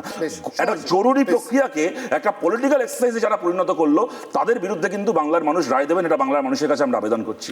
বেশ, অনির্বাণ, আমার মনে হয় আমরা রাজনৈতিক পক্ষ যে কজন আছেন প্রত্যেকের কথাই শুনেছি, সিটিজেন্স ভয়েসও শুনেছি। বিশ্লেষক হিসেবে প্রদীপবাবুর আইডিয়াটা আমাদের নেওয়া দরকার। অবশ্যই, সেটাই হয়তো আমাদের কাছে একটা অন্য রকমের ভিউ দেবে। প্রথমেই TV9 বাংলাকে ধন্যবাদ, তার কারণ আপনারা যে শীর্ষকটা রেখেছেন এসআইআর এর ক্লাসেই ভোটের ভবিষ্যৎ, খুবই প্রাসঙ্গিক। তার কারণ সামনে বিধানসভা ভোট, রাজনৈতিক দলগুলোর কাছে একটা পরীক্ষায় প্রস্তুতি কেমন হয়েছে, কিভাবে হচ্ছে, সেটার একটা বিশ্লেষণ করা যেতে পারে। আমি 3টে ভাগে আমার বক্তব্যটা রাখবো। একটা হচ্ছে যে একটা এসআইআর যদি একটা পরীক্ষার ব্যাপার হয়, তাহলে সেই পরীক্ষা পরিচালন কারা করছে? ইলেকশন কমিশন, তাদের ওপরে কয়েকটি কথা। ক্লাসরুমে ছাত্রছাত্রীরা অর্থাৎ সাধারণ মানুষের ভোগান্তি কী হচ্ছে, এবং মাস্টারমশাইরা কিভাবে তাদের পড়াচ্ছে, অর্থাৎ রাজনৈতিক দলগুলোর ফায়দা কী হবে। দেখা যাক, আমি প্রথমেই বলবো যে ইলেকশন কমিশন অফ ইন্ডিয়া অধ্যক্ষ হিসাবে বা একটা স্কুলের, এটা যদি একটা স্কুল হয় তাহলে তার অধ্যক্ষ হিসাবে খুবই খারাপ পারফরমেন্স করেছেন। তার কারণ তাদের কোনো নির্দেশিকার ঠিক নেই, একের পর এক নির্দেশিকা তারা বদল করেছেন। এসআইআর প্রক্রিয়ায় প্রথম বিহারে করেছিলেন, বিহারের ভুল থেকে শিক্ষা নিয়ে যখন আর 12টা রাজ্যে করা শুরু হলো, সেখানেও কিন্তু নির্দেশিকার বদল একের পর এক। চাপের মুখে পড়ে অভিজ্ঞতার উপরে ভিত্তি করে তারা একের পর এক ডেডলাইন বদল করলেন, কিন্তু ডেডলাইন বদল করার আগে মানুষের হয়রানি যা হওয়ার সেটা কিন্তু হয়ে গেছে। তারও একটা জিনিস বলার দরকার, সে হচ্ছে গিয়েছে আমরা ভারতবর্ষ এখন বিকশিত ভারত 2047-এর দিকে যাচ্ছি। প্রধানমন্ত্রী নরেন্দ্র মোদী 3টে টার্ম পেয়েছেন। এই টার্মটা তার একটুখানি অসুবিধার জায়গা আছে, কারণ জোটের ওপরে নির্ভর, কিন্তু তার আগের দুটো টার্ম অনেক আসন নিয়ে একা বিজেপি প্রায় সরকারে ছিল। আচ্ছা, ইলেকশন কমিশন অফ ইন্ডিয়া তাকে আপনারা সশক্ত করলেন না কেন? এইটা একটা বড় প্রশ্ন। তার কারণ আজকে ইলেকশন কমিশন অফ ইন্ডিয়া প্রতিটি পদে রাজ্যের ওপরে নির্ভর, সেই অনেক প্রথম দিন থেকে রাজ্যের ওপরে নির্ভর। তার কোনো নিজস্ব বাহিনী নেই, নিজস্ব কোনো ক্লার্ক নেই, কোনো মানে কাজ করার কর্মচারী নেই, সবটাই রাজ্যের ওপরে নির্ভর করতে হয়। ফলে আজকে ভারতের বুকে যদি সত্যি আপনাদের এই ইলেকশন কমিশন অফ ইন্ডিয়ার মাধ্যমে এসআইআর করছেন, আমি ইলেকশন কমিশন অফ ইন্ডিয়াকে আলাদা সাংবিধানিক বডি হিসাবেই দেখছি, কিন্তু আমি প্রশ্ন তুলছি এইটা যে আরেকটু ইলেকশন কমিশন অফ ইন্ডিয়াকে সশক্ত করে তারপরে এসআইআরের কাজটা করলে ইলেকশন কমিশন অফ ইন্ডিয়া সুবিধা হতো। ইলেকশন কমিশন অফ ইন্ডিয়া যেভাবে এই কাজ প্রক্রিয়াটা করিয়েছে, তাতে আমার যেটা মনে হয়েছে যে সাধারণ মানুষের কাছে একটাই প্রশ্ন, এত বছর ভোট দিয়েছি, বারে বারে ভোট দিয়েছি, আবার আমি কেন নিজেকে প্রমাণ করব যে আমি প্রকৃত ভোটার? এইটা একটা বড় প্রশ্ন সাধারণ মানুষের কাছে। কিন্তু একটা জিনিস খুব আশ্চর্য লাগলো যে বিজেপির মুখপাত্র এখানে বললেন মমতা বন্দ্যোপাধ্যায় কি বলেছেন। আচ্ছা, মমতা বন্দ্যোপাধ্যায় 2005-এ কি বলেছেন সেটা কি আপনাদের বেসলাইন? হোম মিনিস্টারের ওয়েবসাইটে অনুপ্রবেশকারীর সংখ্যা কত? পার্লামেন্টে জিজ্ঞেস করলে তার প্রশ্নের উত্তরে কি বলেন হোম মিনিস্টাররা? যে অনুপ্রবেশকারী এই পশ্চিমবঙ্গে আছে না আসামে আছে, সেটা খুঁজে বার করতে গেলে এসআইআর করতে হবে। তাহলে অনুপ্রবেশকারীরা যেখান দিয়ে আসছে বর্ডার, সেই বর্ডার সিকিউরিটি ফোর্স কি করছে? ফলে আজকে কিন্তু অনেকগুলো প্রশ্ন এই এসআইআর তুলে দিয়েছে। ফলে আরেকটা জিনিস সেটা হচ্ছে যে আচ্ছা, আমরা দেখছি হিয়ারিংয়ে নাকে নল নিয়ে মানুষেরা চলে আসছে যে আমার নামটা থাকুক, আমার নামটা থাকুক। এই আশঙ্কা কেন? এই আশঙ্কা কি? আচ্ছা, আপনি মনে করেন যে আমরা তো দেখি যে নোটাতে মানুষ কিন্তু ভোট দেয়, কাউকে পছন্দ নয়। এই মানুষরা, মুমূর্ষু মানুষরা, তারা কি আসছে যে আমি ভোট দেব, ভোটকে একটা মানে খুব পবিত্র কাজ আমার? হয়তো সেদিন ভোটের দিন তিনি আর হাসপাতালে থাকবেন, কিন্তু তার আশঙ্কাটা হয়ে গেছে যে ভোটার তালিকায় নাম না থাকলে আমার কি হবে? আমি কি এখান থেকে চলে যাব? আমি কি বাংলায় থাকতে পারবো বা আমার বাসস্থানে থাকতে পারবো? এই আশঙ্কাটা কোথাও গিয়ে মানুষের মনে হয়েছে যে আমি নাগরিক কি নাগরিক না সেটা আমাকে প্রমাণ করতে হবে এই ভোটার তালিকায় নাম রেখে। এই আশঙ্কা কিন্তু কোনো রাজনৈতিক দল, বিশেষ করে বিজেপির, আমি দেখেছি যে বিজেপি, আমি শেষ করছি, যে বিজেপির একটা কিন্তু বক্তব্য রয়েছে। আমি তৃণমূল কংগ্রেসের ওপরে ছুঁয়ে একটুখানি ছোবো, সেটা হচ্ছে যে তৃণমূল কংগ্রেস, জগন্নাথবাবু ঠিকই বলেছেন, ভুয়ো ভোটারের তালিকা, ভুয়ো আধার কার্ডের কথা বলা হয়েছিল।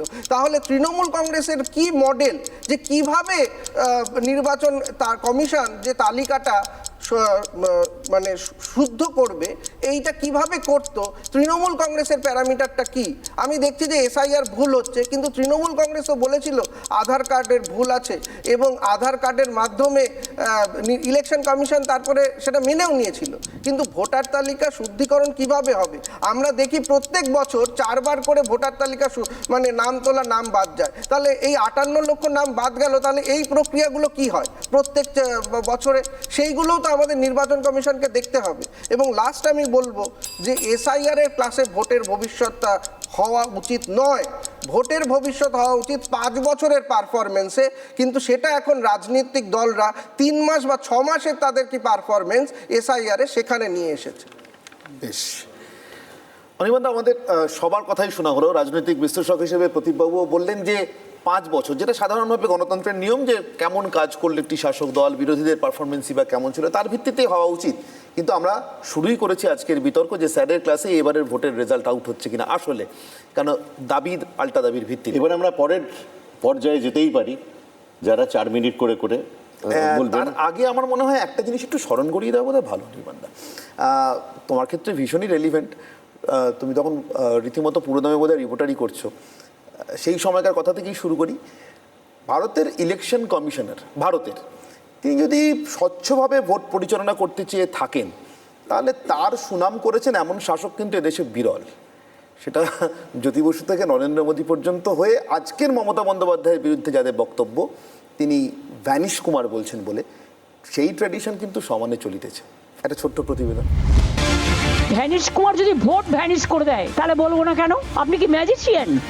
ধরে নিন কুইজের প্রশ্ন, পশ্চিমবঙ্গের প্রশাসনিক প্রধানের আক্রমণের লক্ষ্যবস্তু আসলে কে? আপনি একগাল হেসে বলবেন সবাই তো জানে। কদিন আগে দিল্লিতে তারই তো মুখোমুখি হয়েছিলেন মমতা বন্দ্যোপাধ্যায়, সঙ্গে স্যারের কারণে ক্ষতিগ্রস্ত হয়েছেন বলে অভিযোগকারীদের সঙ্গেও নিয়ে গিয়েছিলেন। কিন্তু রুদ্ধদ্বার বৈঠকে কি এমন ঘটল যে যুদ্ধের বিউগল বাজিয়ে দিলেন মুখ্যমন্ত্রী, তাও আবার সাংবিধানিক পদে বসে থাকা ব্যক্তির বিরুদ্ধে? I have not seen this type of election commission. He's very arrogant. ছত্রে ছত্রে ড্রামার নাটক, মিথ্যাচার ছাড়া সত্য কথা বলে না।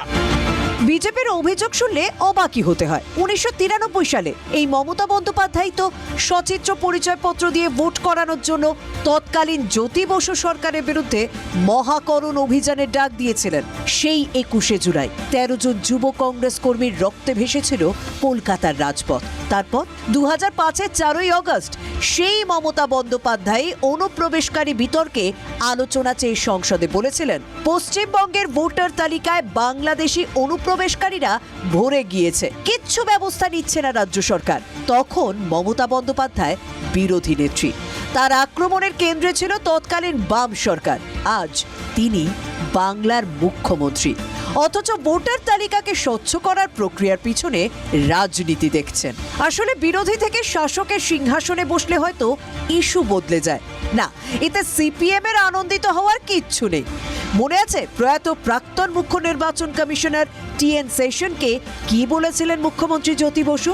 ভোট দানে সচিত্র পরিচয়পত্র চালু করা এবং ভোট চাইতে গিয়ে টাকা ছড়ানোর মতো দুর্নীতি রুখতে অনড় ছিলেন তিরুনেল্লাই নারায়ণ আইয়ার সেশন। তৎকালীন মুখ্যমন্ত্রী জ্যোতি বসু তাকে মেগালোম্যানিয়াক আখ্যা দিয়েছিলেন, অভিধানে যাকে বলে পাগল। বিরোধী একাধিক দল তো সেশন বনাম নেশন এমন ভাষ্যও প্রচার করেছিল বিস্তর। আরও উদাহরণ আছে, সালটা 2002, নরেন্দ্র মোদী গুজরাটের মুখ্যমন্ত্রী।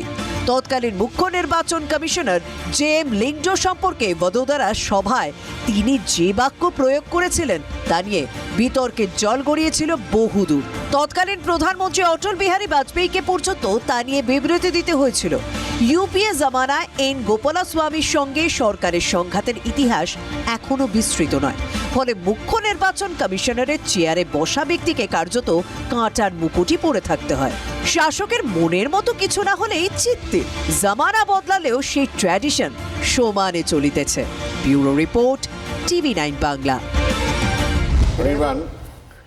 টিএন সেশনের কথা আমি ওনাকে খুব কাছ থেকে দেখেছি, প্রেস কনফারেন্স অ্যাটেন্ড করেছি, সেই জন্যই বললাম। এই যে সংবিধান স্বীকৃত ব্যাপারটা নিয়ে এত আলোচনা করি আমরা, সংবিধানের স্বীকৃতিটাকে কিভাবে ফলাতে হয় টিএন সেশনকে আমি দেখেছি। এবং গ্রেট ইস্টার্নে মনে আছে, তখন গ্রেট ইস্টার্নে সরকারি প্রেস কনফারেন্সগুলো হতো, মানে ক্যামেরাম্যান, ফটোগ্রাফার, রিপোর্টাররা ওই যেরকম ফিস ফ্যাস করছিল, জাস্ট সকলকে বার করে দিয়েছিলেন, বলে মেরা ফটো খিঁচনে কা কোই জরুরত নেই, আপনি কাল যাইয়ে। মানে ওই যে গলা, ওই যে অথরিটি, স্ট্যাম্প অফ অথরিটি, সেটা কিন্তু অদ্ভুত একটা। কিন্তু এবার আমার মনে হয় আমাদের দ্বিতীয় পর্যায়ে আমাদের যেতে হবে অনির্বাণ। তো প্রথম পর্যায়ে একটা জিনিস সেটা প্রতিমবাবুর কথাতেও প্রতিধ্বনিত হলো, সেটা হচ্ছে যে আশঙ্কা। আশঙ্কা মানে এসআইআরকে ঘিরে সাধারণ মানুষের আশঙ্কা, আমার নাম থাকবে তো, আর কি আমার ভোটার লিস্টে নাম না থাকলে আমি কি সিটিজেন হিসেবে একটা অস্বীকৃত, একটা ইলিগাল একটা আমার স্টেটাস। ঠিক, তো এই আমি এর পরের রাউন্ডের মধ্যে আমাদের 4 মিনিট করে প্রত্যেককে দিতে হবে। রাহুলের কাছে যাব যে সিটিজেন হিসেবে আশঙ্কাটা যে শুরু হয়েছিল, আশঙ্কার কি নিরসন হলো?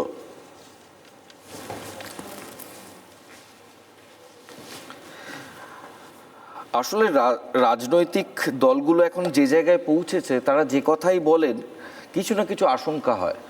মানে এর আগের ভোটে আমার সহকর্মী বাবলু আমাকে জিজ্ঞাসা করেছিল, এই যে দাদা সবাই বলছে খেলা হবে, খেলা হবে মানে কি প্রচুর মারপিট হবে? হয়তো রাজ্য সরকার সৎভাবেই বলেছিলেন, কিন্তু আজকে যে মনোভাবে রাজনৈতিক দলগুলো দিনের পর দিন যা কিছু করছে তা এতটাই সাধারণ মানুষের স্বার্থের পরিপন্থী যে তারা কিছু বললে আতঙ্ক তো হবে, সেটা স্বাভাবিক। এবং এসআইআর ক্ষেত্রে সেই আতঙ্ক আরও বহু গুণে বেড়েছে। তার কারণ এইখানে অন্ন বস্ত্র বাসস্থানের মতন ইম্পর্টেন্ট জিনিস জড়িয়ে, যার সাথে আমার অস্তিত্ব জড়িয়ে, যার সাথে আমার বড় হওয়া জড়িয়ে, যার সাথে আমার শিকড় জড়িয়ে, সেইটা উচ্ছেদ হয়ে যেতে পারে, যেটা একটা সাংঘাতিক সমস্যা। যেভাবে নির্বাচন কমিশন এই রাজ্যে এসআইআরটাকে অপারেট করেছে বিহারের ঘটনার পর, তা খুবই আনঅর্গানাইজ ছিল। যখন তখন নিয়ম মুচড়েছে, বেন্ট করেছে, ফিল্ডে থাকা অফিসারদেরকে ক্লুলেস করে দিয়েছে, অনেককে শুধুমাত্র একটা রাবার স্ট্যাম্প করে রেখে দিয়েছে। এবং অনেক জায়গায় শেষ মুহূর্তে হোয়াটসঅ্যাপে ডিকট্যাট এসেছে এবং সেই ডিকট্যাট পাঠিয়েছেন শহরের অফিসাররা, যারা গ্রামের গ্রাউন্ড রিয়ালিটি কিছু জানেন না।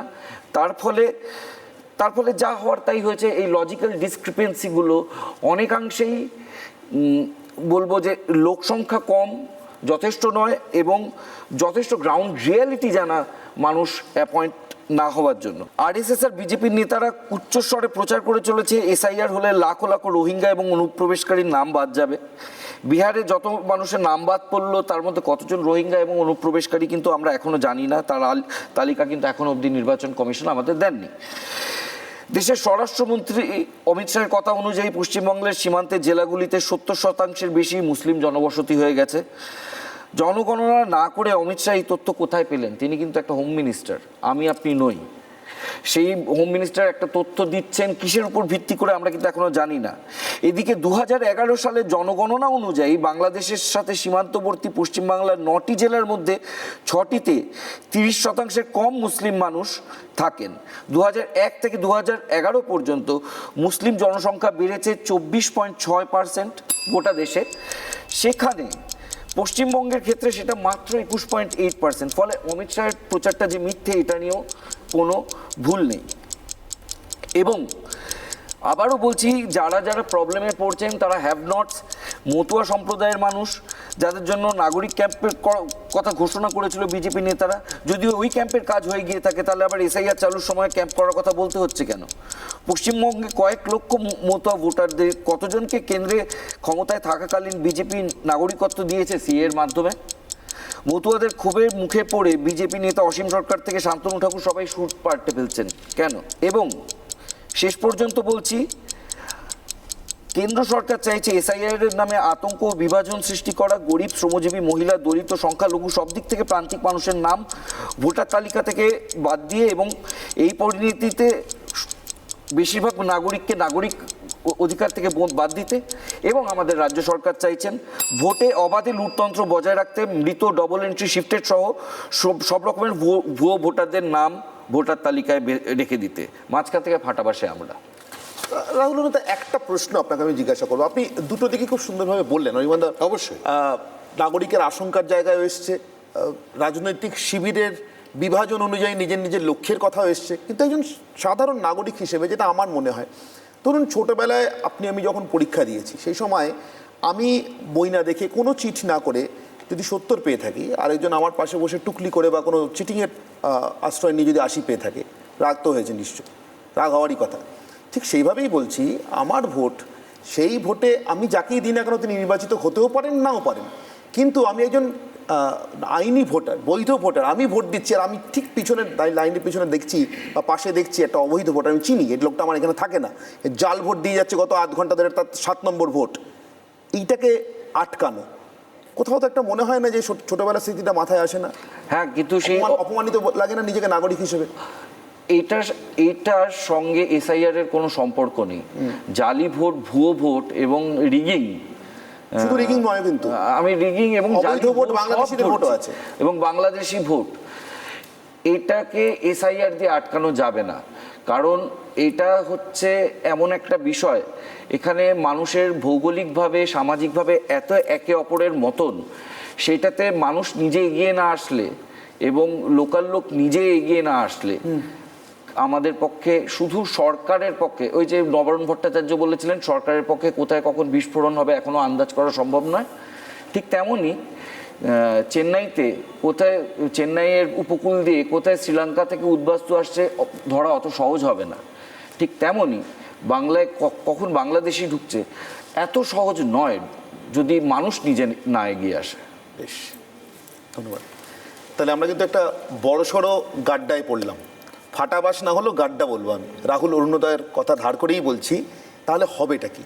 আমার সঙ্গে, আমার পাশে, আপনার পাশে অনির্বাণদা, সত্যি কি তাহলে জাল ভোটাররা ভোট দিয়ে যাবে, অবৈধ ভোটাররা ভোট দিয়ে যাবে? আর যদি তাদেরকে বার করতে হয় তাহলে কি আমাকেই নাগরিক হিসেবে, বৈধ নাগরিক হিসেবে হয়রানিটা পোহাতে হবে? পুরো দায়িত্বটা যেন আমরাই নিয়ে ফেলেছি, আমাদের ঘাড়ি চলে আসবে পুরোটা।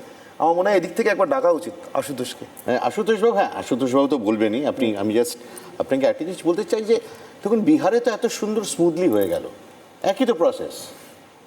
কিছু নাম বাদ পড়লো, কিছু নাম নিয়ে কন্ট্রোভার্সি হলো, কিন্তু পশ্চিমবঙ্গের হই হট্টগোলটা কেন? আর কি মানে সুপ্রিম কোর্টে মুখ্যমন্ত্রী দৌড়ে যাচ্ছেন আর কি মানে এইটা পশ্চিমবঙ্গ কেন আলাদা হয়ে গেল বিহার থেকে?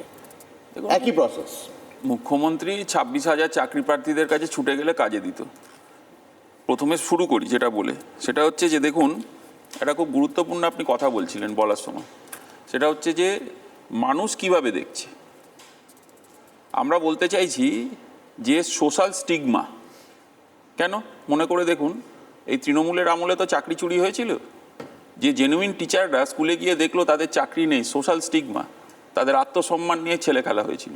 ঠিক সেইভাবে জেনুইন ভোটারদের এই যে লোটাস কমিশন, পদ্ম কমিশন ডেকে পাঠাচ্ছেন, আসলে তাদের ইসিআই এর তো নিজস্ব ব্রেন নেই, আমরা বুঝতেই পারলাম। তার কারণ তাদের পুরো পরিচালনাটাই এআই এর মাধ্যমে হচ্ছে, যেটা খুব দুর্ভাগ্যজনক। এবং এই যে ডেকে পাঠানোটাও, এটাও একটা স্টিগমা। এবং এই যে লজিক্যাল ডিসক্রিপেন্সিকে সামনে রেখে যদি কোনো রকম চক্রান্ত হয় নাম কাটার, জেনুইন ভোটার তারা দীর্ঘদিন ধরে ভোট দিয়েছেন, তাদের যেরকম নোটিশ আসছে নামও বাদ যেতে পারে, আশঙ্কা থাকতে পারে মানুষের, আমার আপনার সবার থাকতে পারে। আমার কাছেও নোটিশ এসেছিল, আমরাও জানি। তো ব্যাপার যেটা হচ্ছে যে এটাও কিন্তু একটা স্টিগমা, আত্মসম্মান নিয়ে ছেলে খেলা নির্বাচন কমিশনে। এবং আপনাকে বলি, এই যে মানে সাংবিধানিক মানে সংস্থার কথা উঠেছে এখানে, এবং সাংবিধানিক সংস্থাগুলো মোদিজির আমলে আছে এটা জেনে হয়তো অমিত শাহ নিজেই হেসে ফেলবে, হতেই পারে এরকম। ঠিক সেইভাবে আপনাকে বলে রাখি, আপনার মনে থাকবে এই জায়গায় ক্যাম্পগুলো যখন চলছিল, এখানে বিভিন্ন পলিটিক্যাল পার্টিরা ক্যাম্প চালাচ্ছিলেন, বিজেপি পশ্চিমবঙ্গে কিন্তু অদ্ভুতভাবে সিএ এর ক্যাম্প চালিয়েছে। আপনাকে একটু পেছনে নিয়ে চলে যাই, দেখুন নো ম্যাপিং কত বেরিয়েছে, 31,68,426 জন। আচ্ছা, লজিক্যাল ডিসক্রিপেন্সিতে কত খুঁজে পাওয়া গেছে, 94,49,132 জন। আচ্ছা, এর ভেতরে ঘুষপেটিয়ে রোহিঙ্গা নিয়ে তো উঠেইছে এখানে আলোচনায়, তাদেরকে খুঁজে পাওয়া যাচ্ছে না। আমরা পাচ্ছি না, হয়তো ইলেকশন কমিশন পেতে পারে, বিজেপি পেতে পারে, তৃণমূলও পেতে পারে হয়তো। কিন্তু একটা জিনিস দেখুন, 2002-এর সাথে এখানে ডিফারেন্সটা কোথায়? 2002-এ ইন্টেন্সিভ রিভিশন ইন নেচার হয়েছিল, এনুমারেশন প্যাড গেছিল, আপনার মনে থাকবে অনির্বাণদা, হয়তো আপনার বাড়িতেও গেছে, এনুমারেশন প্যাড গেছিল। কিন্তু এই যে এনআরসিসি এর প্রথম ধাপ, দ্বিতীয় পাতাটা যদি একটু ভালো করে পড়া যায় এনুমারেশন ফর্মের, দেখতে পাবেন যে বিজেপির এই যে চক্রান্ত, কেন আমরা বলছি পলিটিক্যালি মোটিভেট, এটাকে নিয়ে বাইনারি করতে হবে, এটাকে নিয়ে খেলতে হবে, এ মাঠ বড় করতে হবে, কখনো মাঠ ছোট করতে হবে, নাম বাদ দিতে হবে, মানুষকে বলতে হবে এই দেখো সব নাম বাদ হয়ে যায়, মানুষের ভেতরে একটা সাইকোসিস তৈরি করতে হবে, এটা নিয়ে আলোচনা হবে, আমরা কথা বলবো, রুটি রুজি সমস্ত চলে যাবে বানের জলে ভেসে। যেভাবে ডকুমেন্টস ভেসে চলে যায়, মানুষ ডকুমেন্টস দেখাতে পারে না, সেইভাবে সব সমাজটাই বানের জলে ভাসিয়ে দেবে। এবং 24 বার ডাইরেকশন চেঞ্জ করেছে ইসিআই, কাদের ওপরে? বিএলওদের ওপরে, এইআরওদের ওপরে। 14 দিন সময় লেগেছে সুপ্রিম কোর্টের অর্ডারটা মান্যতা দিতে। ভোটের যে মানে যে নামের যে তালিকা, সেই সমস্ত নামের তালিকা তা টাঙাতে পারেননি, 14 দিন সময় লেগেছে। এগুলো বলবেন না যে এগুলো logical discrepancy on the part of election commission. Election কমিশনের তো নিজের হিয়ারিং একটা প্রয়োজন, এবং আমাদের একটা জিনিস বুঝতে হবে, আসলে এগুলো টার্গেটেড প্র্যাকটিসের ভেতরে ফেলে রাখা হয়েছে। তাই আমরা মনে করি এই রাজনৈতিক এসআইআর বন্ধ করে মানুষকে কি করে বাঁচানো যাবে তার দিকে লক্ষ্য নিতে হবে। আসলে একটু দাঁড়াবেন, একটা জিনিস আপনি এর আগের বক্তব্যের সময় বলেছিলেন, অনির্বাণ মনে থাকবে, আশুতোষ বলেছিলেন যে আমরা কোনোভাবে মানুষের কোনো বৈধ ভোটারের নাম বাদ যেতে দেবো না। আপনি অন্যান্য রাজ্যের প্রসঙ্গ আনলেন, বিহার দিয়ে অনির্বাণ এবার তুমি শুরু করলে আশুতোষের কাছে যখন গেলে, কিন্তু আপনাদের বিরুদ্ধে কিন্তু এই রাজ্যের শাসক দলের সব থেকে বড় অভিমান বলবো, এটা অভিযোগ নয়, অভিমানটা এইটা যে আপনারা খেলাটা প্রথমে ধরতেই পারেননি। আপনারা পড়েছিলেন ইভিএম নিয়ে, ইভিএমটা আসল না নকল, ওটা কোত্থেকে আসছে, কে নিয়ে আসছে, ওটা প্রোগ্রামিং হচ্ছে কিনা, খেলাটা যে ভোটার লিস্টে সেটা আপনারা বুঝতে পারলে মহারাষ্ট্র থেকে বিহার কোথাও হারতো। তাই আমি আপনাকে শোনাচ্ছি অভিষেক বন্দ্যোপাধ্যায় বক্তব্য। सब गलती कांग्रेस ने किया है। आम आदमी पार्टी दिल्ली में पकड़ नहीं पाया, बिहार में आरजेडी कांग्रेस पकड़ नहीं पाया, इसलिए बीजेपी 88% का स्ट्राइक रेट लेके जीता है। वोट चोरी तो यहाँ हो रहा है, वोट चोरी ईवीएम में नहीं हो रहा है। ये ईवीएम जो भी कहता है, जिसको चुनाव कराना आता है वो वोटर लिस्ट में नजर दे, वोटर लिस्ट में चोरी हो रही है, और यही चीज कोई और पॉलिटिकल पार्टी पकड़ नहीं पाया। अगर कोई पॉलिटिकल पार्टी कांग्रेस ये पकड़ लिया होता, हरियाणा से, महाराष्ट्र से, न्यू दिल्ली से, बिहार से, चारों स्टेट में बीजेपी हारती। कांग्रेस को चुनाव कराना आता है कि नहीं आता है? আমি 20 সেকেন্ড নেব। প্রথম কথা হচ্ছে যে টিভি নাইনেই দেখার প্রতিবেদনে আমার দিনটা মনে পড়ছে, ভোর 5টার সময় এই মহাশয় ব্যক্তি রাহুল গান্ধীর বাড়িতে গিয়ে ঠকঠক করছিলেন, একটু দেখা করবেন, এটা আমার মনে পড়ছে হঠাৎ করে, জানি না কেন, হতেই পারে। এটাও মনে পড়ছে যে রাহুল গান্ধীর অনুপ্রেরণায় অনেকেই লড়াই করছেন, সারা ভারতবর্ষে লড়তেই পারেন, তাতে কোনো আপত্তি নেই। এই দুটো পয়েন্ট দিয়ে শেষ করব। আর লাস্ট যেটা বলে শেষ করব, না উত্তর আমি দিয়ে দিচ্ছি, আপনি বুঝে গেছেন। আর লাস্ট যেটা শেষ করব, আপনার খাতা কলম যদি থাকে একটু লিখে ফেলুন, একটা নাম্বার বলছি, মানে ভোটার আইডি কার্ডের নাম্বার বলছি, LFB 0269332। একটু ইসিআই নেটে দেখে নেবেন, ডেট ভোটার, পশ্চিমবঙ্গে ইলেকশন কমিশনের আশীর্বাদে জীবিত। আমি যেটা এক্সপেক্ট না অ্যাপ্রিহেন্ড করেছিলাম যে সমস্ত প্রশ্ন ধেয়ে আসবে জগন্নাথ চট্টোপাধ্যায়ের কাছে, তাই হয়েছে। এবং আমার বেশি পাওয়া হচ্ছে। হ্যাঁ, তো যেটা হচ্ছে যে জগন্নাথ চট্টোপাধ্যায়ের কাছে আর কি রোহিঙ্গার হিসেব চেয়েছেন শতরূপ। হ্যাঁ, আর আমার যেটা প্রশ্ন হচ্ছে, ধরুন যখন শুরু হলো এসআইআর, তখন একটা অদ্ভুত আশাবাদী একটা আবহাওয়া ছিল বিজেপি নেতাদের মুখে আর কি, মানে শুভেন্দু অধিকারী প্রত্যেকটা মিটিংয়েই বলতেন যে 1 কোটি ভোটার বাদ যাবে, কিন্তু সেই আশাটা আস্তে আস্তে কেমন জানি ধীরে ধীরে মিয়ে গেল। এখন একটা অ্যাটিচিউড দেখতে পাচ্ছি যে ঠিক আছে এসআইআর হয়েছে, এসআইআর নিয়ে তো ভাবছি না আমরা জিতবো, এরকম একটা অ্যাটিচিউড এসছে। কিন্তু এসআইআর ওপর ভরসা করে যে 1 কোটি নাম বাদ যাবে বলে সেই যে থান্ডারাস একটা ব্যাপার ছিল সেটা নিয়ে গেছে। তো এসআইআর না, অবশ্যই ইসি একটা কনস্টিটিউশনাল ইন্ডিপেন্ডেন্ট বডি, বিজেপির কোনো কন্ট্রোল নেই, সেটা ধরে নিয়েই বলছি। এসআইআর সংক্রান্ত ইসির যা যা কার্যকলাপ, তাতে কি আপনাদের আশার বেলুনটা খানিকটা চুপসেছে? ঠিকই অনির্বাণ, যাবতীয় আক্রমণের অপর প্রান্তে আমি, সেজন্য আমার একটু সময়ও বেশি দেওয়া উচিত, 4 মিনিটে সব উত্তর দেওয়া যাবে না। দেখুন, প্রেক্ষিত যেটা, যে একটি শুদ্ধ ভোটার তালিকা, এই শুদ্ধ ভোটার তালিকা করার ক্ষেত্রে 1 কোটির টার্গেট কোথা থেকে এলো আপনারা বারবার বলছেন, শুভেন্দু অধিকারী বলছে, এবং সর্বশেষে আমাদের রাজ্য সভাপতি বলছেন যে জ্ঞানেশ কুমারকে নিচে এসে দেখতে হবে। জহর সরকার, আপনি জানেন, আপনার সঙ্গেও তার মধুর সম্পর্ক, তৃণমূলের পদত্যাগী রাজ্যসভার সাংসদ এবং একসময়কার সিপিএম আমলের এখানকার সিইও, তিনি সর্বসমক্ষে এবং সম্ভবত আপনাদের চ্যানেলেও বলেছেন যে পশ্চিমবঙ্গের যে ভোটার্স এবং পপুলেশন ভোটার্স যে রেশিও, সেই অনুযায়ী পশ্চিমবঙ্গের ভোটার থাকার কথা 6.25 কোটি থেকে 6.5 কোটি। আর 2025 জানুয়ারিতে যখন খসড়া ভোটার তালিকা প্রকাশ হলো, সেটা 7,66,00,000, ঠিক 1 কোটির ডিফারেন্স। এটা আমরা বলছি না, যিনি ভোট করিয়েছেন, যিনি ভোটার কার্ড, ভোটার পপুলেশন এবং মানে ভোটার কার্ডের পপুলেশন এবং অরিজিনাল পপুলেশন ডিকেটাল গ্রোথ অনুযায়ী তার ব্যাখ্যা যিনি করেছেন, বিজেপিকে মানতে হবে না, শুভেন্দু অধিকারীকে মানতে হবে না, জহরবাবুকে তো মানবেন, তৃণমূলের পদত্যাগী সাংসদকে তো মানবেন। আর কেন শ্রমিকবাবু বলছেন যে জ্ঞানেশ কুমারকে ঘুরতে হবে নানুরে, জ্ঞানেশ কুমারকে ঘুরতে হবে ডায়মন্ড হারবারে, জ্ঞানেশ কুমারকে ঘুরতে হবে কোচবিহারে? তার কারণ তৃণমূলের অনুপ্রেরণায় যে সমস্ত বিএলওরা আছেন, তারা মৃত ভোটারের নাম এখনো রেখে দিয়েছেন ভোটার তালিকায়, তারা শিফটেড ভোটারের নাম এখনো রেখে দিয়েছেন ভোটার তালিকায়। তার ফলে এই ভোটার তালিকা থেকে শুদ্ধ থেকে পরিশুদ্ধ যদি করতে হয়, তাহলে ইলেকশন কমিশনকে বিএলও সহ ইলেকশন মেশিনারিজ যা আছে, সংবিধান যাকে বলছে যে total direction, control and superintendence of the election vested in election commission of India, সেটা পুরোপুরি এক্সারসাইজ তার করতে হবে। বারবার উঠে আসছে লজিক্যাল ডিসক্রিপেন্সির কথা, বাদ দিন রাজনীতিক নেতারা কি বলবে, বিশ্লেষকরা কি বলবে, অভিনেতা কি বলবে। আমি সরাসরি দর্শকদের কাছে প্রশ্ন করতে চাই, যে যদি কোনো বাবা তার প্রজেনি লিঙ্কিং অর্থাৎ বংশের তালিকায় 350 জনকে লিঙ্ক করে, সেই 350 জন সন্তানকে একবার ইলেকশন কমিশনের দেখতে চাওয়া উচিত কিনা। যদি কোনো মা বা বাবা 15 বছরে তার সন্তানের জন্ম দেয়, অর্থাৎ সন্তানের সঙ্গে 15 বছরের ডিফারেন্স হয়, তাদের একবার ইলেকশন কমিশনের শুনানিতে দেখতে চাওয়া দরকার কিনা। যদি 40 বছরের ডিফারেন্সে দাদু, তার 18 বছরের নাতি এবং মাঝখানে তার একজন মেয়ে বা ছেলে থাকেন 40 বছরের ডিফারেন্সে, তো সেই দাদুর সেই নাতি এবং সন্তানকে ইলেকশন কমিশনার একবার দেখতে চাওয়া উচিত কিনা। এবং এইগুলোই হচ্ছে লজিক্যাল ডিসক্রিপেন্সি, ইললজিক্যালি না। এত কিছুর মাঝখানেও চ্যাটার্জি, চট্টোপাধ্যায়, ব্যানার্জি, বন্দ্যোপাধ্যায়কে ডাকা হচ্ছে, কিন্তু তবুও মানুষ নথি নিয়ে যাচ্ছে এই কারণেই তারা জানে যে ভোটার লিস্টের ভোটার কার্ডের রেকর্ড কারেকশনটাও জরুরি।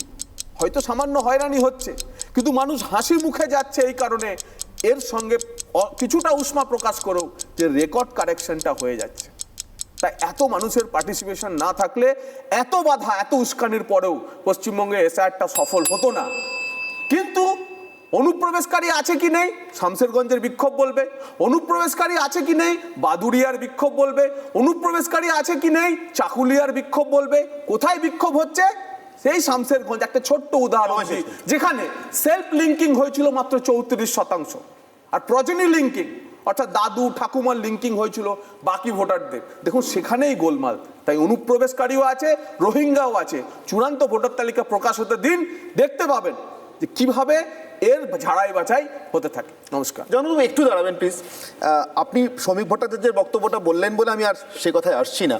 জ্ঞানেশ কুমারকে কোথায় কোথায় ঘোরা উচিত, মুর্শিদাবাদ, দক্ষিণ চব্বিশ পরগনা ইত্যাদি, বীরভূম। কিন্তু আপনি বলেছেন যে এটা কেন বলেছেন না, তৃণমূলের দ্বারা অনুপ্রাণিত অফিসাররাই নাকি এই কাজটা করছেন, সেই জন্য ঘোরা উচিত, তাই তো? আমি আপনাকে প্রাক্তন প্রদেশ কংগ্রেস সভাপতি অধীর রঞ্জন চৌধুরীর একটা বক্তব্য শুনি আপনাকে প্রশ্নটা করছি। অধীর রঞ্জন চৌধুরীর বক্তব্য, রাজ্যের নির্বাচন কমিশনের যা কিছু এসআইআর, যা কিছু ক্লেমস, অবজেকশন, শুনানি সব কিন্তু রাজ্যের অধীনে যারা অফিসার তাদের নেতৃত্বে হচ্ছে।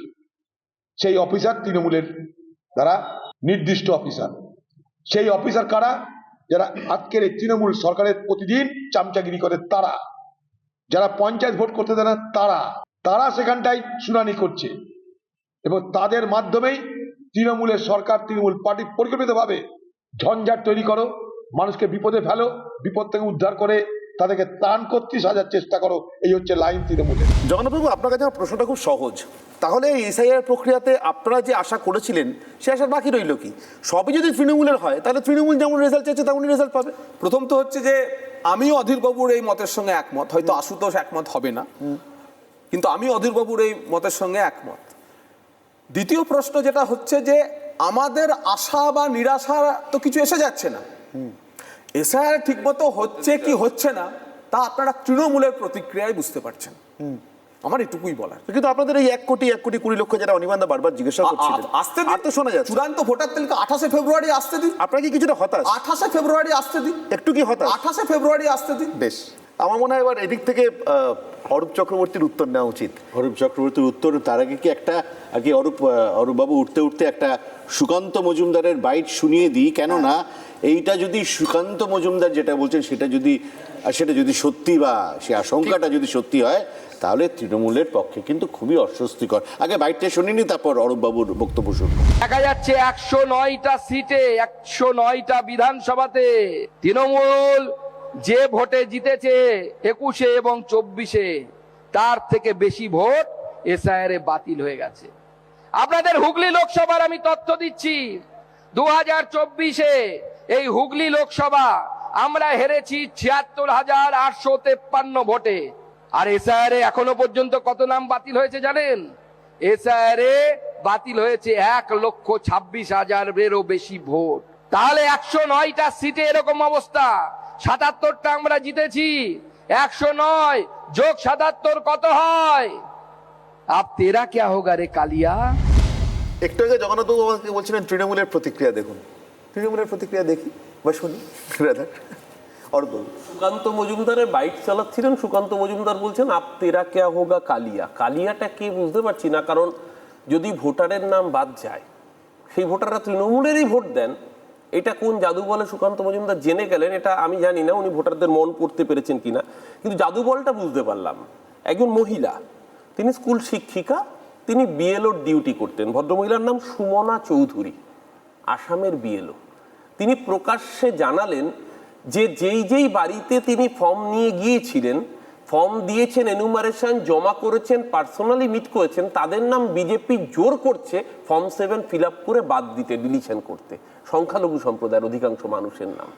তিনি যখন এই হুইসেল ব্লোয়ারের কাজটা করলেন, তাকে শুধু শোকজ করা হলো না, নির্বাচনের কাজ থেকে সরিয়ে দেওয়া হলো না, এমনকি তার স্কুল শিক্ষিকার চাকরিটাও খেয়ে নিল আসামের বিজেপি সরকার।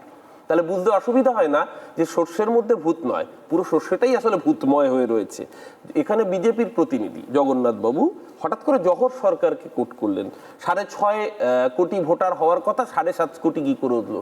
এই প্রশ্নের উত্তর তো ভারত সরকার দেওয়ার কথা। সেন্সাসটা হয়নি কেন? সেন্সাস হলে তো বোঝা যেত দুধ কত আর জল কত। সেন্সাস করতে পারেনি। কিন্তু আমাদের কাছে যে তথ্য রয়েছে এই মুহূর্তে, এই যে অনুপ্রবেশকারী, জনবিন্যাস বদলে যাচ্ছে, এটা তো কমন ন্যারেটিভ বিজেপি। সবচেয়ে বেশি জনবিন্যাস বদলানোর যে অভিযোগ যে জায়গাগুলোতে থাকে সেটা হচ্ছে বাংলাদেশ বর্ডার লাগোয়া অঞ্চলগুলো।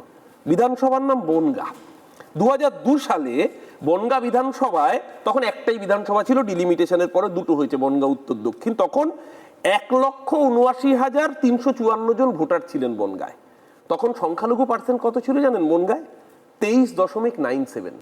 এখন বনগায় দুটো বিধানসভা, বনগা উত্তর, বনগা দক্ষিণ, দুটো বিধানসভা মিলে 5,02,000 ভোটার। এখন সংখ্যালঘুর সংখ্যা কত জানেন বনগায়? যদি অনুপ্রবেশকারী জনবিন্যাস বদলে থাকে তাহলে মুসলমানের সংখ্যা বাড়বে।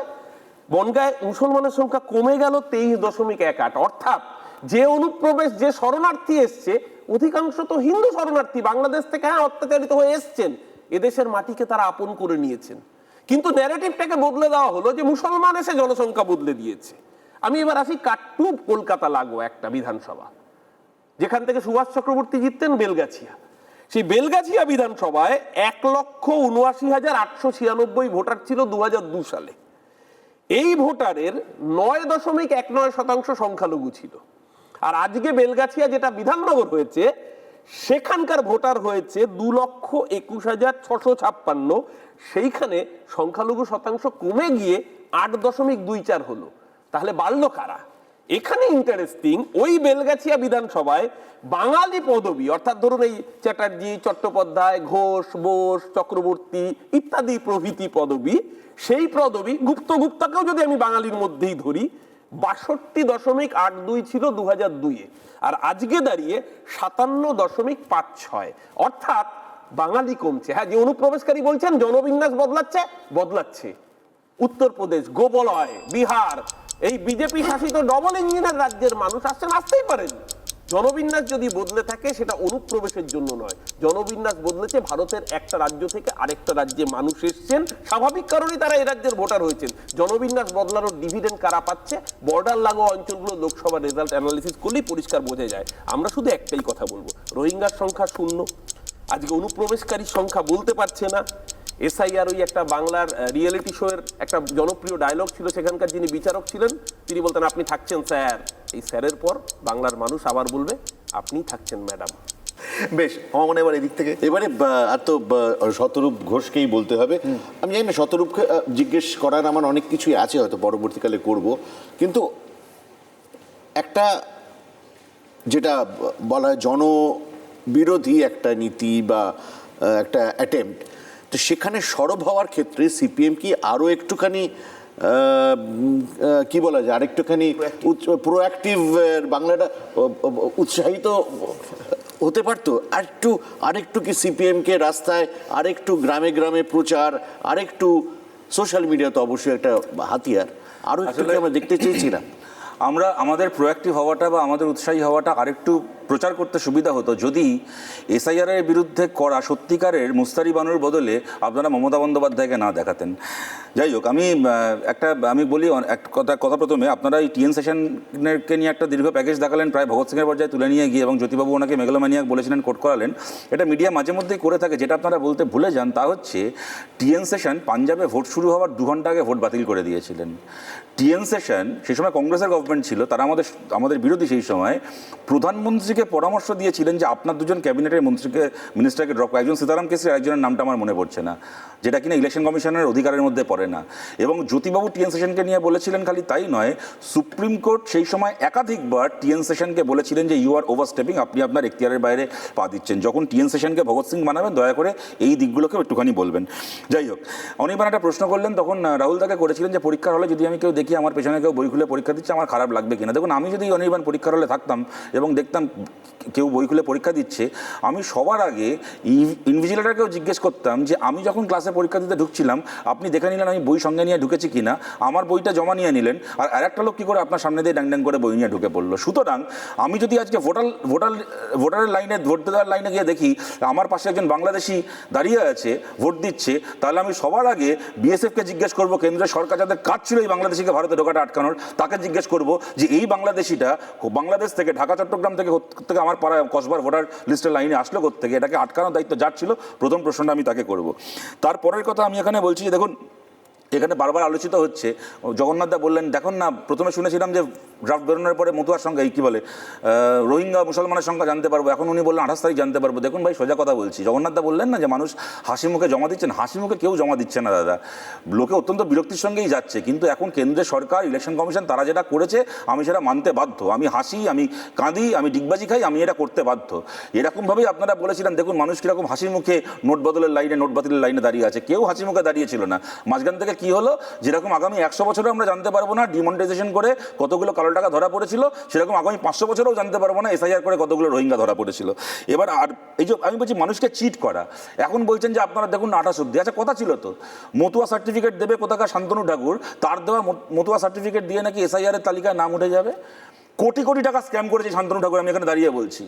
জায়গায় জায়গায় বনগা, গাইঘাটা, রানাঘাট থেকে সাব ডিভিশনে ওই মতুয়া ক্যাম্প করে, ওই খাটিয়া টাঙিয়ে আর ওই গেরুয়া ক্যাম্প বানিয়ে লোকের থেকে 1000 টাকা, 1500 টাকা, 1200 টাকা করে নিয়ে মতুয়া সার্টিফিকেট নিয়ে কোটি কোটি টাকা তুলেছে। তারপরে সুপ্রিম কোর্ট ওর ওই মতুয়া সার্টিফিকেটকে ছেঁড়া ন্যাকড়ার মতো করে ডাস্টবিনে ফেলে দিয়ে বলেছে মতুয়া সার্টিফিকেট দিয়ে কোনো এসআইআর এর তালিকায় নাম তোলা যাবে না, নাগরিকত্ব কনফার্ম হবে, তারপরে তোমার এসআইআর এর তালিকায় নাম উঠবে। মাঝখান থেকে শান্তনু ঠাকুরের কথায় যারা নিজের এই, আমি বাংলাদেশ থেকে 2002 পরে এসছি, এইটা ডিক্লেয়ার করেছিলেন, এই শান্তনু ঠাকুরদের জন্য তাদের নামটা এবার ভোটার লিস্ট থেকে বাদ গেছে। এটা চিট করেছে বিজেপি, চিট করেছে কাদের সঙ্গে? বিজেপিকে ভোট দিয়েছেন গত 3-4টে ভোটে যে মানুষরা, তাদের সঙ্গে এই প্রতারণাটা বিজেপি করেছেন।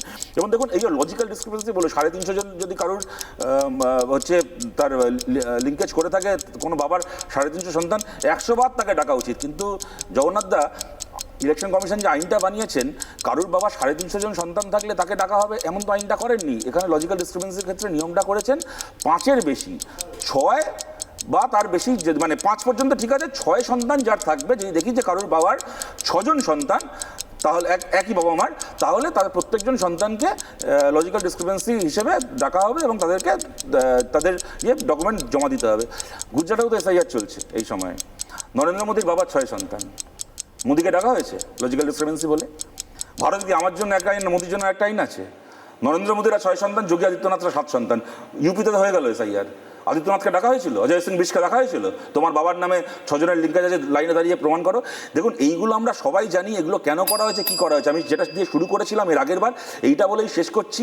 দেখুন ইলেকশন কমিশনের বা এসআইআর নিয়ে যখন বিহারে যখন এসআইআর চলছিল, ইলেকশন কমিশনের বিরুদ্ধে মামলা হয়েছিল, বিরোধীরা গেছিলেন, সুপ্রিম কোর্ট কিন্তু ইলেকশন কমিশনের উপর ভরসা করেছিল।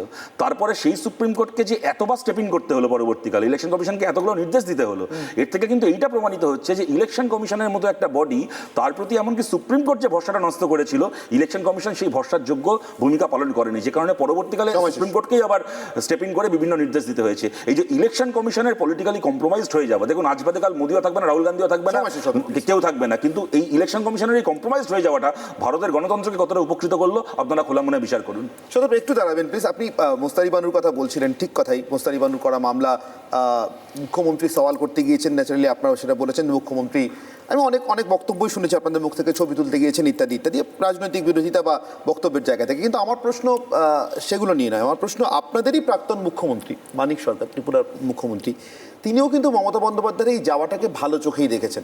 কতটা ভালো চোখে? আমি একবার শোনাই আপনাকে মানিক সরকারের বক্তব্য।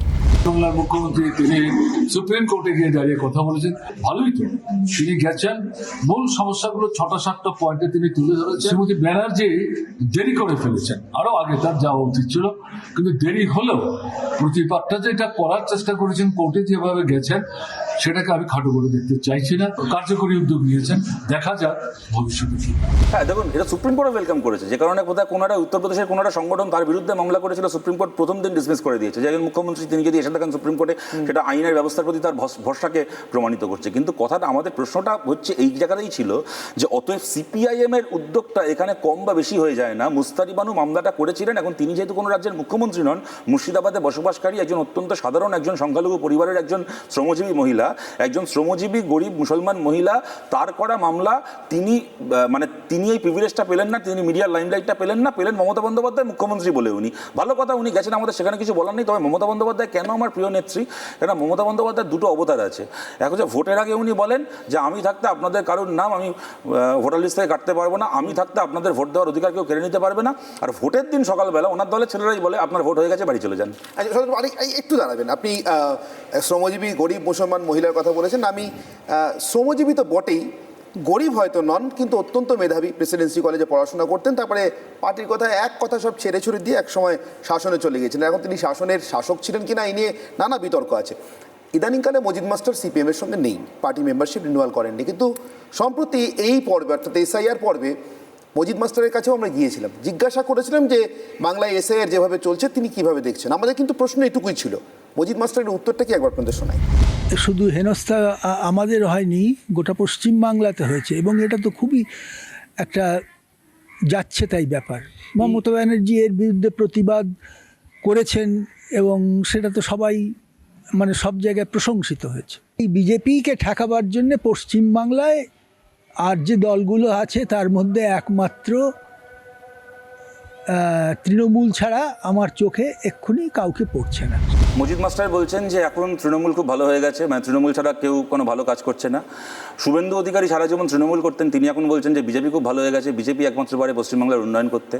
আবার মনে করুন বাবুল সুপ্রিয় এ মমতা আর না, এই মমতা এই তৃণমূল আর না বলে গান গাইতেন, মমতা বন্দ্যোপাধ্যায়কে বেগম পিসি বলতেন, তিনি এখন বলছেন যে মমতা বন্দ্যোপাধ্যায়ের হাত দিয়ে বাংলার উন্নয়ন হবে। কিন্তু আমরা মানুষের কাছে আবেদন করছি, মানুষের কাছে আমরা অ্যাপিল করছি, বামপন্থীদের পাশে দাঁড়ান, তাহলে পশ্চিমবাংলায় আরও অনেক কিছুর মতোই দলবদলের কালচার, এই পাল্টিবাজির কালচারও বন্ধ হবে। মজিদ মাস্টার কি শুভেন্দু অধিকারী কি বাবুল সুপ্রিয়, এই দলবদলের রাজনীতি পশ্চিমবাংলায় বন্ধ হবে। শতরূপের কথা ভরসা রাখলে আমাকে এটা বলতে হবে যে বাংলার মানুষ যদি ঠিকঠাক রায় দেন তাহলে মজিদ মাস্টার, হ্যাঁ প্লিজ, তাহলে মজিদ মাস্টার আবার সিপিএম করবেন, বাবুল সুপ্রিয় আবার বিজেপি করবেন, বাকিরা যে যারা। আমরা খগেন মুর্মু নিয়ে কোনো কথা বলবো না। নাম বলতে গেলে তো তালিকা শেষ করা যাবে না, আমি তো 3টে নাম বললাম, 3টে দল। এবারে বোধহয় টার্ন প্রতিমবাবু।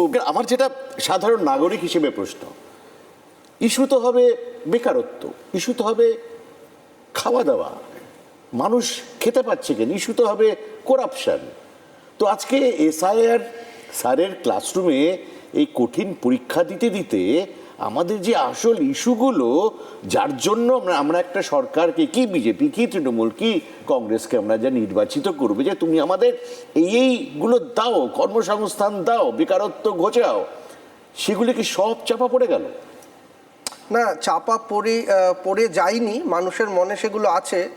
তবে এসআইআর এর ক্লাসে যেহেতু মানুষ এখন এই নিয়ে খুব শশব্যস্ত, কয়েকটা জিনিস খুব ইম্পর্টেন্ট, আমি 4টে পয়েন্ট বলবো। যে পুরো এসআইআর এর সময় আমরা নজরটা দক্ষিণবঙ্গে রাখলাম, যে দক্ষিণবঙ্গে অনুপ্রবেশ হয়েছে বা কিছু হয়েছে, উত্তরবঙ্গেও কিন্তু সিকিম থেকে নেপাল থেকে অনেকে ভালো জীবনযাপনের জন্য এসে বসবাস করে। তাদের নামটা কি বাদ যাবে কি যাবে না, এই 28 তারিখের পরে আমাদের অনেকের নজর কিন্তু সে জায়গাতেও আসবে, সেটা নিয়ে কোনো আলোচনা কিন্তু হয়নি। দ্বিতীয় পয়েন্ট হচ্ছে যে একটু আগে আপনারা বাইট শোনালেন সুকান্ত মজুমদারের, যে 2024-এর ভোটার লিস্টের থেকে কত নাম বাদ গেছে। ইলেকশন কমিশন অফ ইন্ডিয়া কি ক্ষমা চাইবে বাংলার মানুষের কাছে যে 2024 সালের ইলেকটোরাল রোলটা ঠিক ছিল না, যে দায়িত্বটা ইলেকশন কমিশন অফ ইন্ডিয়ার ছিল? এটা তো খুব গর্ব করার বিষয় নয় যে 2024 সালে তাহলে খারাপ একটা ভোটার তালিকায় আমরা সবাই ভোট দিয়েছি বা যারা জিতেছেন। থার্ড পয়েন্ট যেটা খুব ইম্পর্টেন্ট, সেটা হচ্ছে যে দেখুন, পপুলেশন আর ভোটার তালিকা, জনসংখ্যা আর ভোটার, এই ম্যাচিংটা ইলেকশন কমিশন অফ ইন্ডিয়ার দায়িত্ব নয়। ইলেকশন কমিশন অফ ইন্ডিয়া কোনোভাবেই কিভাবে, এই তো একটু আগেই আমি দেখলাম, মানে আমরা সবাই জানি ভারত এখন বিশ্বের সবথেকে বড় জনসংখ্যা, জনবহুল দেশ, অনেক পুরো বাজার সারা ভারতবর্ষের দিকে সবাই তাকিয়ে আছে। তা আমরা তো নিজেরাই এখন নিজেদের জনসংখ্যাকে প্রশ্নচিহ্নের মুখে ফেলছি। তাহলে আজকে ভারত সরকার বা আমরা ভারতবাসী হিসাবে কি গর্ববোধ করব যে আমরা বিশ্বের সবথেকে বড় জনসংখ্যার দেশ, নাকি মাথা নিচু হয়ে যাবে যে অন্যের জনসংখ্যা এসে আমাদের এগুলো জনসংখ্যা বাড়াচ্ছে? একটা জিনিস যে এইগুলো না দীর্ঘদিন ধরে হয়ে আসছে। এই যে আমার পেছনের মানুষটা যে লাইনে দাঁড়িয়ে আছে, আমার এখানে হঠাৎ করে এসে গজিয়ে উঠেছে, সে ভোটার কার্ড কি করে পেল, সে আধার কার্ড কি করে পেল, সে লক্ষ্মীর ভাণ্ডার নিয়ে কি করে চলে গেল, এই প্রশ্নের জবাবগুলো তো আমরা দেব না, ইলেকশন কমিশনও তো দেবে না। এই প্রশ্নের জবাব যার দেওয়ার কথা তারা হচ্ছে সরকার, কেন্দ্রীয় সরকার বা রাজ্য সরকার। সেই সরকারদের কিন্তু প্রশ্নের মুখে ফেলতে হবে। লাস্ট যে কথাটা, তৃণমূল কংগ্রেস অনেক লড়াই করেছেন, মমতা বন্দ্যোপাধ্যায় গেলেন, কিন্তু একটা জিনিস তৃণমূল কংগ্রেস সেটা আমার খারাপ লেগেছে, সেটা হচ্ছে যে যখন বিএলও হিসাবে কাজ করছে তখন সে ইলেকশন কমিশনের এজেন্ট, শত্রু। আর বিএলওর কাজ শেষ হয়ে যাওয়ার পরে কতগুলো বিএলও মারা গেছে, বিএলও আমার বন্ধু, এইটা কেন হবে? কেন বিএলওদের ম্যান মার্কিং করার কথা বলে রাজনীতির ময়দান গরম করতে হবে? এই 4 মাস এত আমরা তৃণমূল নেতাদের দেখবো যে অনেক খারাপ কথা বলতে, এইগুলো কেন আমরা দেখেছি? এইগুলো তো রাজনীতির পরিবেশটা উস্কে দিয়েছে। ফলে একদিকে যেমন তৃণমূল কংগ্রেসের দিকেও আমরা কিছু প্রশ্ন রাখবো, বিজেপির দিকেও প্রশ্ন রাখবো, ইলেকশন কমিশনের দিকেও প্রশ্ন রাখবো, কিন্তু মুশকিল হচ্ছে যে এই সময় মানুষের জোটবদ্ধ থাকার কথা, কিন্তু এখানে মানুষরা বা রাজনৈতিক দল অনেকে একলা চলার পথে যাচ্ছে। ফলে মানুষ কার সঙ্গে হাঁটবে এই নির্বাচন, যে আসন্ন নির্বাচন, সেটা কিন্তু মানুষ নিশ্চয়ই এসআইআরের এই 3-4 মাসের অভিজ্ঞতার সাথে বিগত 5 বছরের অভিজ্ঞতা মাথায় রাখবে বলে আমি মনে করি। ওপেন সেশন, এখন যে যাকে খুশি প্রশ্ন করতে পারেন এবং উত্তর চাইতে পারেন, ডিমান্ড করতে পারেন, চাইতে না ডিমান্ড করতে পারেন। না, আমি একটা প্রশ্ন আমি উঠেছিল আগের পর্বে, অরূপ চক্রবর্তী উনি তুলেছিলেন যে সোনালী খাতুন একটা হেভিলি প্রেগনেন্ট মেয়ে, যে কোনো দিন তার আসন্ন প্রসব হয়, যে কোনো দিন তার বাচ্চা হওয়ার একটা কথা, তাকে কি আরেকটু সেন্সিটিভলি ডিল করা যেত না? সুপ্রিম কোর্টের অবধি যেতে হলো, সুপ্রিম কোর্টের ধমক বা করার নির্দেশিকায়, তারপরে এবং সেই আনার ব্যাপারে অত্যন্ত গরিমসি। এটা কেন আর কি, মানে এতটা ইনসেন্সিটিভ হবে কেন একটা সরকার বা সরকারি কর্তৃপক্ষ? তার সঙ্গে এসআইআর এর সম্পর্কটা কি নেই? কিন্তু সোনালী খাতুন ধরা পড়েছিলেন দিল্লিতে, বাংলাদেশি সন্দেহ হিসেবে তার কাছ থেকে কিছু দিল্লি পুলিশ নথিপত্র চায়, সে নথিপত্র দেখাতে পারেনি, তাকে ডিপোর্ট করা হয়। ডিপোর্ট করার বোঝে, আমার একটা প্রশ্ন আছে আপনার কাছে, এবং ডিপোর্ট করার পদ্ধতিটা হচ্ছে এটা লোকাল থানাকে জানিয়ে ডিপোর্ট করতে হয়। তো সেই সময় লোকাল থানাও নিশ্চয়ই, যেহেতু পরবর্তীকালে লিগাল স্ক্রুটিনির মধ্যে এগুলো সব এলো, তো লোকাল থানাও তখন সোনালী খাতুনকে ভারতীয় বলে চিহ্নিত করেনি, তারাও বিএসএফ এর মাধ্যমে পুশ ইন করে দিয়েছিল। এরপরে যখন ইস্যু উঠলো, তারপর তো লিগাল স্ক্রুটিনির মধ্যে যা যা হয়েছে, কোর্ট যা যা নির্দেশ দিয়েছে, যখন নির্দেশ দিয়েছে, ভারত সরকার তাই মেনেছে। এবং ভারত সরকার যদি ওদের থেকে আনতে সহায়তা না করতো ওই পরিবারটিকে, সে কি সোনালী খাতুন কি নলাটি পাই করে ফেরত আসতে পারত? একাধিক পশ্চিমবাংলার পরিযায়ী শ্রমিক যারা বাইরের রাজ্যে গিয়ে কাজ করতে গেছেন, কখনো হরিয়ানা থেকে, কখনো রাজস্থান থেকে, সোনালী খাতুনের ক্ষেত্রে গুজরাট থেকে ডিপোর্ট করা হয়েছে গায়ের জোরে, এবং একাধিক ক্ষেত্রে এটা হয়েছে। তো আমি একটা কথা বলছি, ধরুন কেরালাতেও তো এরকম হয়েছে, বাংলাদেশিকে অন্য দেশের থেকে চিহ্নিত করে কয়েকজনকে ডিপোর্ট করা হয়েছে, কেরালা থেকে হয়েছে এটা, কিন্তু একজনকেও তো ফেরত দিতে হয়নি। আর তার কারণটা ছিল ওগুলো সঠিক ডিটেকশন ছিল। আর বিজেপি শাসিত রাজ্যগুলোতে এইটা ছিল যে একাধিক এরকম ঘটনা ঘটেছে হরিয়ানাতে, তার আপনার রাজস্থানে, এই দিল্লিতে, যাদেরকে ফেরত পাঠানো হয়েছে 4 মাস 5 মাস 6 মাস সেখানে জেল খেটে তারপরে তারা ফিরে এসছে, তার কারণ তারা প্রমাণ করেছে, তারা প্রমাণিত এটা যে তারা ভারতবাসী। একাধিক উদাহরণ আছে এবং আপনারা মিডিয়াতে বহু, মুর্শিদাবাদের একটি ছেলে, আমি নামটা এখন মনে করতে পারছি না, আপনারা তারপর কভার, সমস্ত মিডিয়া কভার করছে, তার বাড়ি থেকে ইন্টারভিউ নিচ্ছে, 3.5 মাস জেল খেটেছে, একাধিক হয়েছে। আমি একটা কথা বলছি, রাহুল দাও এটা বলার সময় এটাকে বলেছিল, ধরুন এই যে বলছে না ভারতীয় হওয়ার প্রমাণ দিতে পারেনি, আমাকে এখন চাওয়া হলে, জগন্নাথ দাকে চাওয়া হলে ভারতীয় হওয়ার প্রমাণটা কী দেবো বলুন তো? আমি কী দেবো ভারতীয় হওয়ার প্রমাণ? আমার ভোটার আই কার্ড দেখাবো, আমার পাসপোর্ট দেখাবো, আধার কার্ড দেখাবো। এবার আপনারা বলে দিচ্ছেন যে এগুলো কোনোটাই কোনো প্রমাণ নয়। আধার, দেখুন আমি যখন জন্মেছি, এক সেকেন্ড, আমি যখন জন্মেছিলাম আমি তো মায়ের পেট থেকে আধার কার্ড নিয়ে জন্মাইনি। একটা সময় বিজেপি সরকারই বললো তোমার যাবতীয় ডকুমেন্ট কম্প্রোমাইজ হতে পারে, কিন্তু আধার কার্ডটা দারুণ ডকুমেন্ট, এইটা জাল করা যাবে না, অতএব জন্ম থেকে মৃত্যু সবেতে আধার লিঙ্ক করতে হবে। এখন সে বিজেপি সরকার বলছে যে আধার কার্ডটাকে আমি তোমার ডকুমেন্ট হিসেবে ধরবো না। ভারতীয় হওয়ার আর কি প্রমাণটা রয়েছে? রইল বাকি আমার ভাষা। আমার ভাষায় আমি দিল্লিতে দাঁড়িয়ে কথা বললে আমার হয়ে গেল বাংলাদেশি ল্যাঙ্গুয়েজ। দিল্লির পুলিশ বাংলা ভাষাকে বাংলাদেশি ল্যাঙ্গুয়েজ বলে লিখে একেবারে সরকারি, তাহলে আমার প্রমাণটা কি আছে ভারতীয় হওয়ার? প্রথম কথা, অর্ধসত্য মিথ্যের থেকেও ভয়ঙ্কর। সোনালী খাতুনের এই ঘটনাটায় পরিবারকে তো জানানো হয়নি, এবং পরিবার হেবিয়াস কর্পাস মামলা করেছিল, এবং এই মামলাটা করতে সহযোগিতা করেছিল তৃণমূলের রাজ্যসভার সাংসদ মমতা ব্যানার্জির নির্দেশে শামিরুল ইসলাম। এই মামলাটা করিয়েছিল পরিবার, মামলা করেছিল, হাইকোর্ট অর্ডার করেছিল, হাইকোর্টের অর্ডার পর চুপ করে বসেছিল। তারপর সুপ্রিম কোর্টে যায়, সুপ্রিম কোর্ট থেকে যখন ধ্যাতানি খায় তখন বাধ্য হয়। পুরোটাই মিথ্যের ন্যারেটিভ।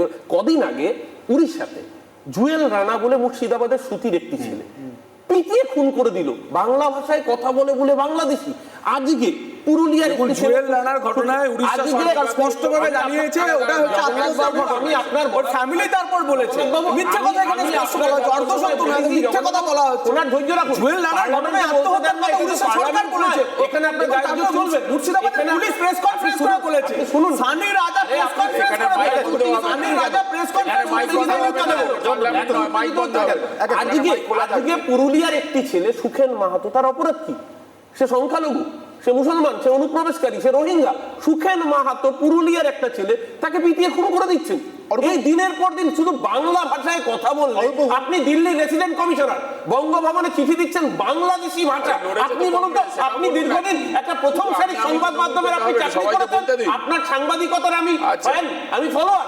আপনি বলুন, আপনি বাংলাদেশি ভাষায়, আপনি বাংলাদেশি ভাষায় আপনি সাংবাদিকতা করছেন, আপনি বাংলাদেশি ভাষায়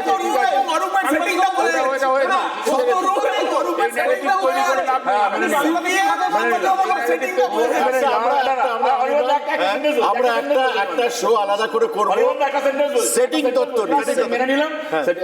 মানে যে যে পার্টি বাংলা ভাষাকে ভারতের ভাষা মনে করে তাদের সেটিং আছে, বিজেপি একমাত্র পার্টি যারা বাংলা ভাষাকে বাংলাদেশের ভাষা মনে করে। আর আপনি এতদিন বাংলাদেশি সাংবাদিক ছিলেন। আমার একটা প্রশ্ন, আশুতোষ একটা কি জিজ্ঞেস করছিল? আমি একটা জিজ্ঞেস করতে চাইছি যে বেসটা কোথায়? এই সমস্ত যা অত্যাচার হয়েছে এটা তো ভাষাকে কেন্দ্র করে, তাহলে বাংলাদেশি ভাষা এবং বাংলা ভাষা, এটা মনে হয় জগন্নাথদার উচিত দিল্লি পুলিশকে একটা মাস্টার ক্লাস করানো। যেরকম এখান থেকে সিও উড়ে উড়ে যাচ্ছেন এআই মাস্টার ক্লাস করতে, এরকম বিজেপির উচিত মাস্টার ক্লাস তৈরি করা, তাহলে আমরা বুঝে যাবো। জগন্নাথবাবু একটা প্রশ্ন তুলেছেন যে একজনের অনেক সন্তান। জগন্নাথবাবু বোধহয় জানেন না যে যেই পার্টিকুলার ব্যক্তি রেফারেন্স শ্রমিক ভট্টাচার্য দিয়েছেন, ওনার নাম জয় পতাকা স্বামী দাস। আমি জানি না উনি রোহিঙ্গা কিনা, মায়ানমার থেকে। একটু শুনে নিন, স্বামী রামকমল দাস নামটা শুনেছেন কি? উনি বেনারসের বাসিন্দা, তার 57 জন সন্তান, বড় সন্তানের বয়স ওনার থেকেও বেশি 72, ওনার বয়স 67।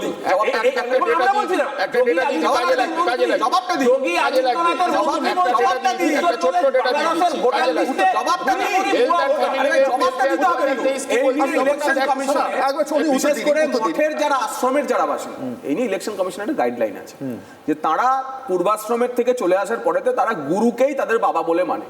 সারা ভারতবর্ষে এরকম যত ধরনের মঠ আছে তার জন্য ইলেকশন কমিশনের নির্দিষ্ট গাইডলাইন আছে। প্রশ্নটা জয় পতাকা স্বামীকে নিয়ে নয়, প্রশ্নটা হচ্ছে নানুরের এরকম একটি ঘটনা ঘটেছে আপনার কাজল শেখের এলাকায়, আর একটি ঘটনা ঘটেছে এই একটা 365 জন, একটা 329 জন, সেটা হচ্ছে আপনার জাহাঙ্গীরের এলাকায়।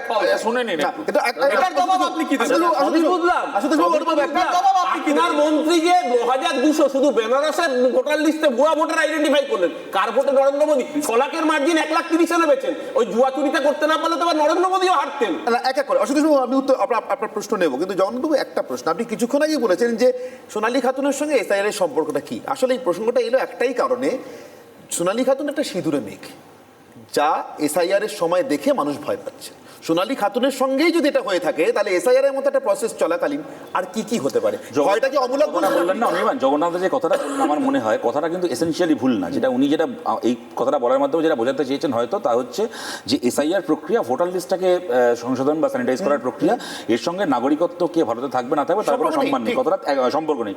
থিওরিটিক্যালি একদম ঠিক, কিন্তু মুশকিলটা হচ্ছে এসআইআরটাই যে তোমার নাগরিকত্বের বিধান, এইটা কিন্তু পশ্চিমবাংলায় বলেছেন একটিমাত্র ব্যক্তি, তার নাম শুভেন্দু অধিকারী। এবং আমি কোট করছি শুভেন্দু অধিকারীকে যে এসআইআর আসছে, এবার আমরা করবো 3টে D, detect, delete, deport. Suvendu অধিকারীকে কোট করছি। এই যে কথাটা স্যার বললেন, প্রদীপ স্যার বললেন যে একজন মানুষ তার হয়তো কোনো ভোট দিতে যাওয়ার আর কোনো ব্যাপার নেই, কিন্তু তার কাছে এটা একটা ডেসপারেশন যে আমি যেন তেন প্রকারে যদি আমার ভোটার লিস্টের নামটাকে না রাখতে পারি তাহলে কালকে আমার পেনশন থেকে শুরু করে আমার রেশন কার্ড থেকে শুরু করে আমার গোটা অস্তিত্ব বিপন্ন হয়ে যাবে। তারপরে পরের দিন হয়তো বলবে তোমায় আবার পাত্তারি গুটিয়ে বাংলাদেশ যেতে হবে। এইটা কিন্তু করে শুভেন্দু অধিকারী। এবং এইখানে আমি বলছি আপনি চিন্তা করুন, ইলেকশন কমিশনের মতো একটা বডি গোটা প্রক্রিয়া চলাকালীন তারা একটা বারের জন্য একটা প্রেস কনফারেন্স করে বা একটা লিখিত স্টেটমেন্টও ইস্যু করলো না। আমি বলছি না শুভেন্দু অধিকারীর নাম করে কিছু বলতে হবে বা বিজেপির নাম করে কিছু বলতে হবে, কিন্তু একবার এই কথাটা বলবে তো যে কোনো রকম গুজবে কান দেবেন না, এসআইআর প্রক্রিয়া শুধুমাত্র ভোটার লিস্ট সংশোধন করার প্রক্রিয়া, এর সঙ্গে নাগরিকত্ব বা বাংলাদেশে যাওয়া না যাওয়ার কোনো সম্পর্ক নেই, এইটুকু পর্যন্ত বললো না। তাহলে শুভেন্দু অধিকারী যে আতঙ্ক তৈরি করলো সে তাতে আতঙ্কিত হবে না কেন মানুষ? আচ্ছা অরূপ জিজ্ঞেস করছি, এটা ঠিক আপনাদের অনেক অ্যালিগেশন আছে ইলেকশন, এখন অবধি এটা তো আমরা সকলে মিলেই সর্বসম্মত হয়েছি যে ইললিগাল ভোটার বাদ যাওয়া উচিত, একটা স্বচ্ছ ভোটার লিস্ট যারা রেসিডেন্টস অফ ভারতের বা দ্য ইউনিয়ন অফ ইন্ডিয়া তার রেসিডেন্ট। এখন অবধি আপনারা কি দেখলেন যে আপনাদের মনে হচ্ছে খুব ম্যানিপুলেটিভ ওয়েতে ইলেকশন কমিশন বাদ দেওয়ার চেষ্টা করছে ভ্যালিড ভোটার? এক্স্যাক্টলি।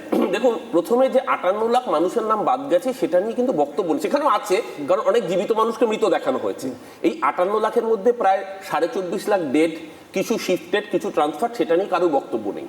কিন্তু যে 1,36,00,000 মানুষকে এআই সফটওয়্যার দিয়ে লজিক্যাল ডিসক্রিপেন্সির নোটিশ পাঠানো হলো, তারা প্রত্যেকে হয় 2002 সালের ভোটার অথবা তার বাবা মা 2002 সালের ভোটার, মানে তারা কেউ রোহিঙ্গা, অনুপ্রবেশকারী, বাংলাদেশি ইত্যাদি ইত্যাদির মধ্যে পড়ছেন না।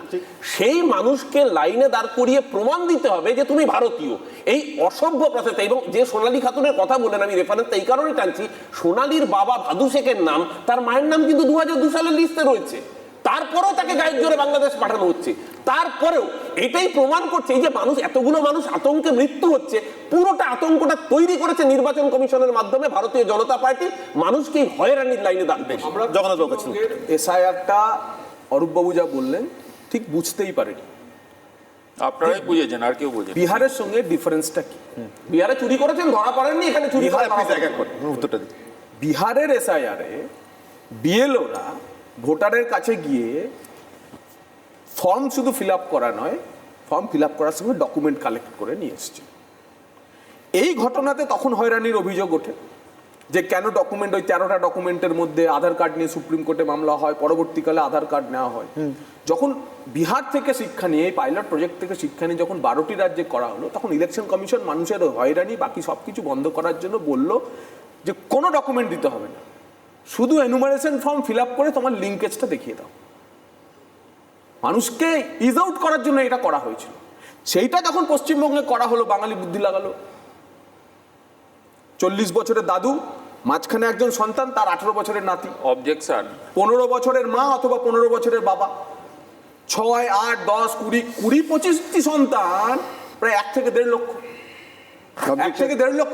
তার ফলেতে আমরা যারা বসে আছি এখানে, দাদা এক মিনিট বলি, শুধু যখন এনুমারেশন ফর্ম ফেরত হলো তখন তো এই লজিক্যাল ডিসক্রিপেন্সির কথা তো বিহারে আসবে না। আর বাকি অন্যান্য রাজ্যগুলো, ইভেন ইন কেরালা, তামিলনাড়ু, অত্যন্ত অনেস্টির সঙ্গে আমরা যারা এখানে বসে আছি, সরি টু ডিস্টার্ব, আমরা যারা এখানে বসে আছি আমরা সবাই বাঙালি এবং আমাদের সবার কয়েকটি জেলাতে মানুষ যা দেখালো, বিজেপির বুদ্ধিটা নোটিশ দিতে, এই জায়গাটা আমি অবজেক্ট করছি। আমরা সবাই বাঙালি এখানে বসে আছি, আমাদের সবার বুদ্ধি আছে। বাঙালি বুদ্ধি লাগালো এই কথাটা বলবেন না। বাঙালি সব জায়গায়, ওনারা নিজেরাই প্রমাণ করছেন ওনারা বাঙালিদের পছন্দ করেন না। উনি বারবার বাঙালিরা বাকি রাজ্যে সবাই ভালো থাকলো, বাঙালিরা বলে শুনুন না দাদা, আরে ভাই আবার কেরালায় চলে যাচ্ছেন, এবারে আসমানে চলে যাবেন। এবার শুনুন, ব্যাপার হচ্ছে যে হেলথ অ্যান্ড ফ্যামিলি ওয়েলফেয়ারের ডেটা কি বলছে 2023-এ, এগুলো আপনারা এফিডেভিট দিয়েছেন, মনে রাখবেন। বলছে যে 23% মহিলারা ভারতবর্ষে, যার ভেতর 41% মহিলারা পশ্চিমবঙ্গে বিয়ে হয়েছে 18 বছরের নিচে। আপনারা যেটা এফিডেভিট দিয়ে দেখিয়েছেন সুপ্রিম কোর্টে, সেখানে এই লজিক্যাল ডিসক্রিপেন্সিটা খাটে? আপনার ইলেকশন কমিশন জানে না? আপনি ফর্ম 7 কাদার জন্য, মানে ফর্ম 7-কে তৈরি করে, ফর্ম 7-কে ইনস্ট্রুমেন্ট বানিয়ে, দাঁড়ান এক সেকেন্ড, এই ফলস অবজেকশন দেওয়ার জন্য ইলেকশন কমিশনের হাতে পায়ে ধরলেন, 4 দিন আপনাদের বাড়িয়ে দিল। যখন আমরা প্রথম দিন থেকে বলে আসছি, কংগ্রেস পার্টি প্রথম দিন থেকে বলছে পশ্চিমবঙ্গে এর সময় বাড়াতে হবে, এইটুকু টাইম ফ্রেমে করা যাবে না, তখন আপনারা তো শোনেননি। আচ্ছা,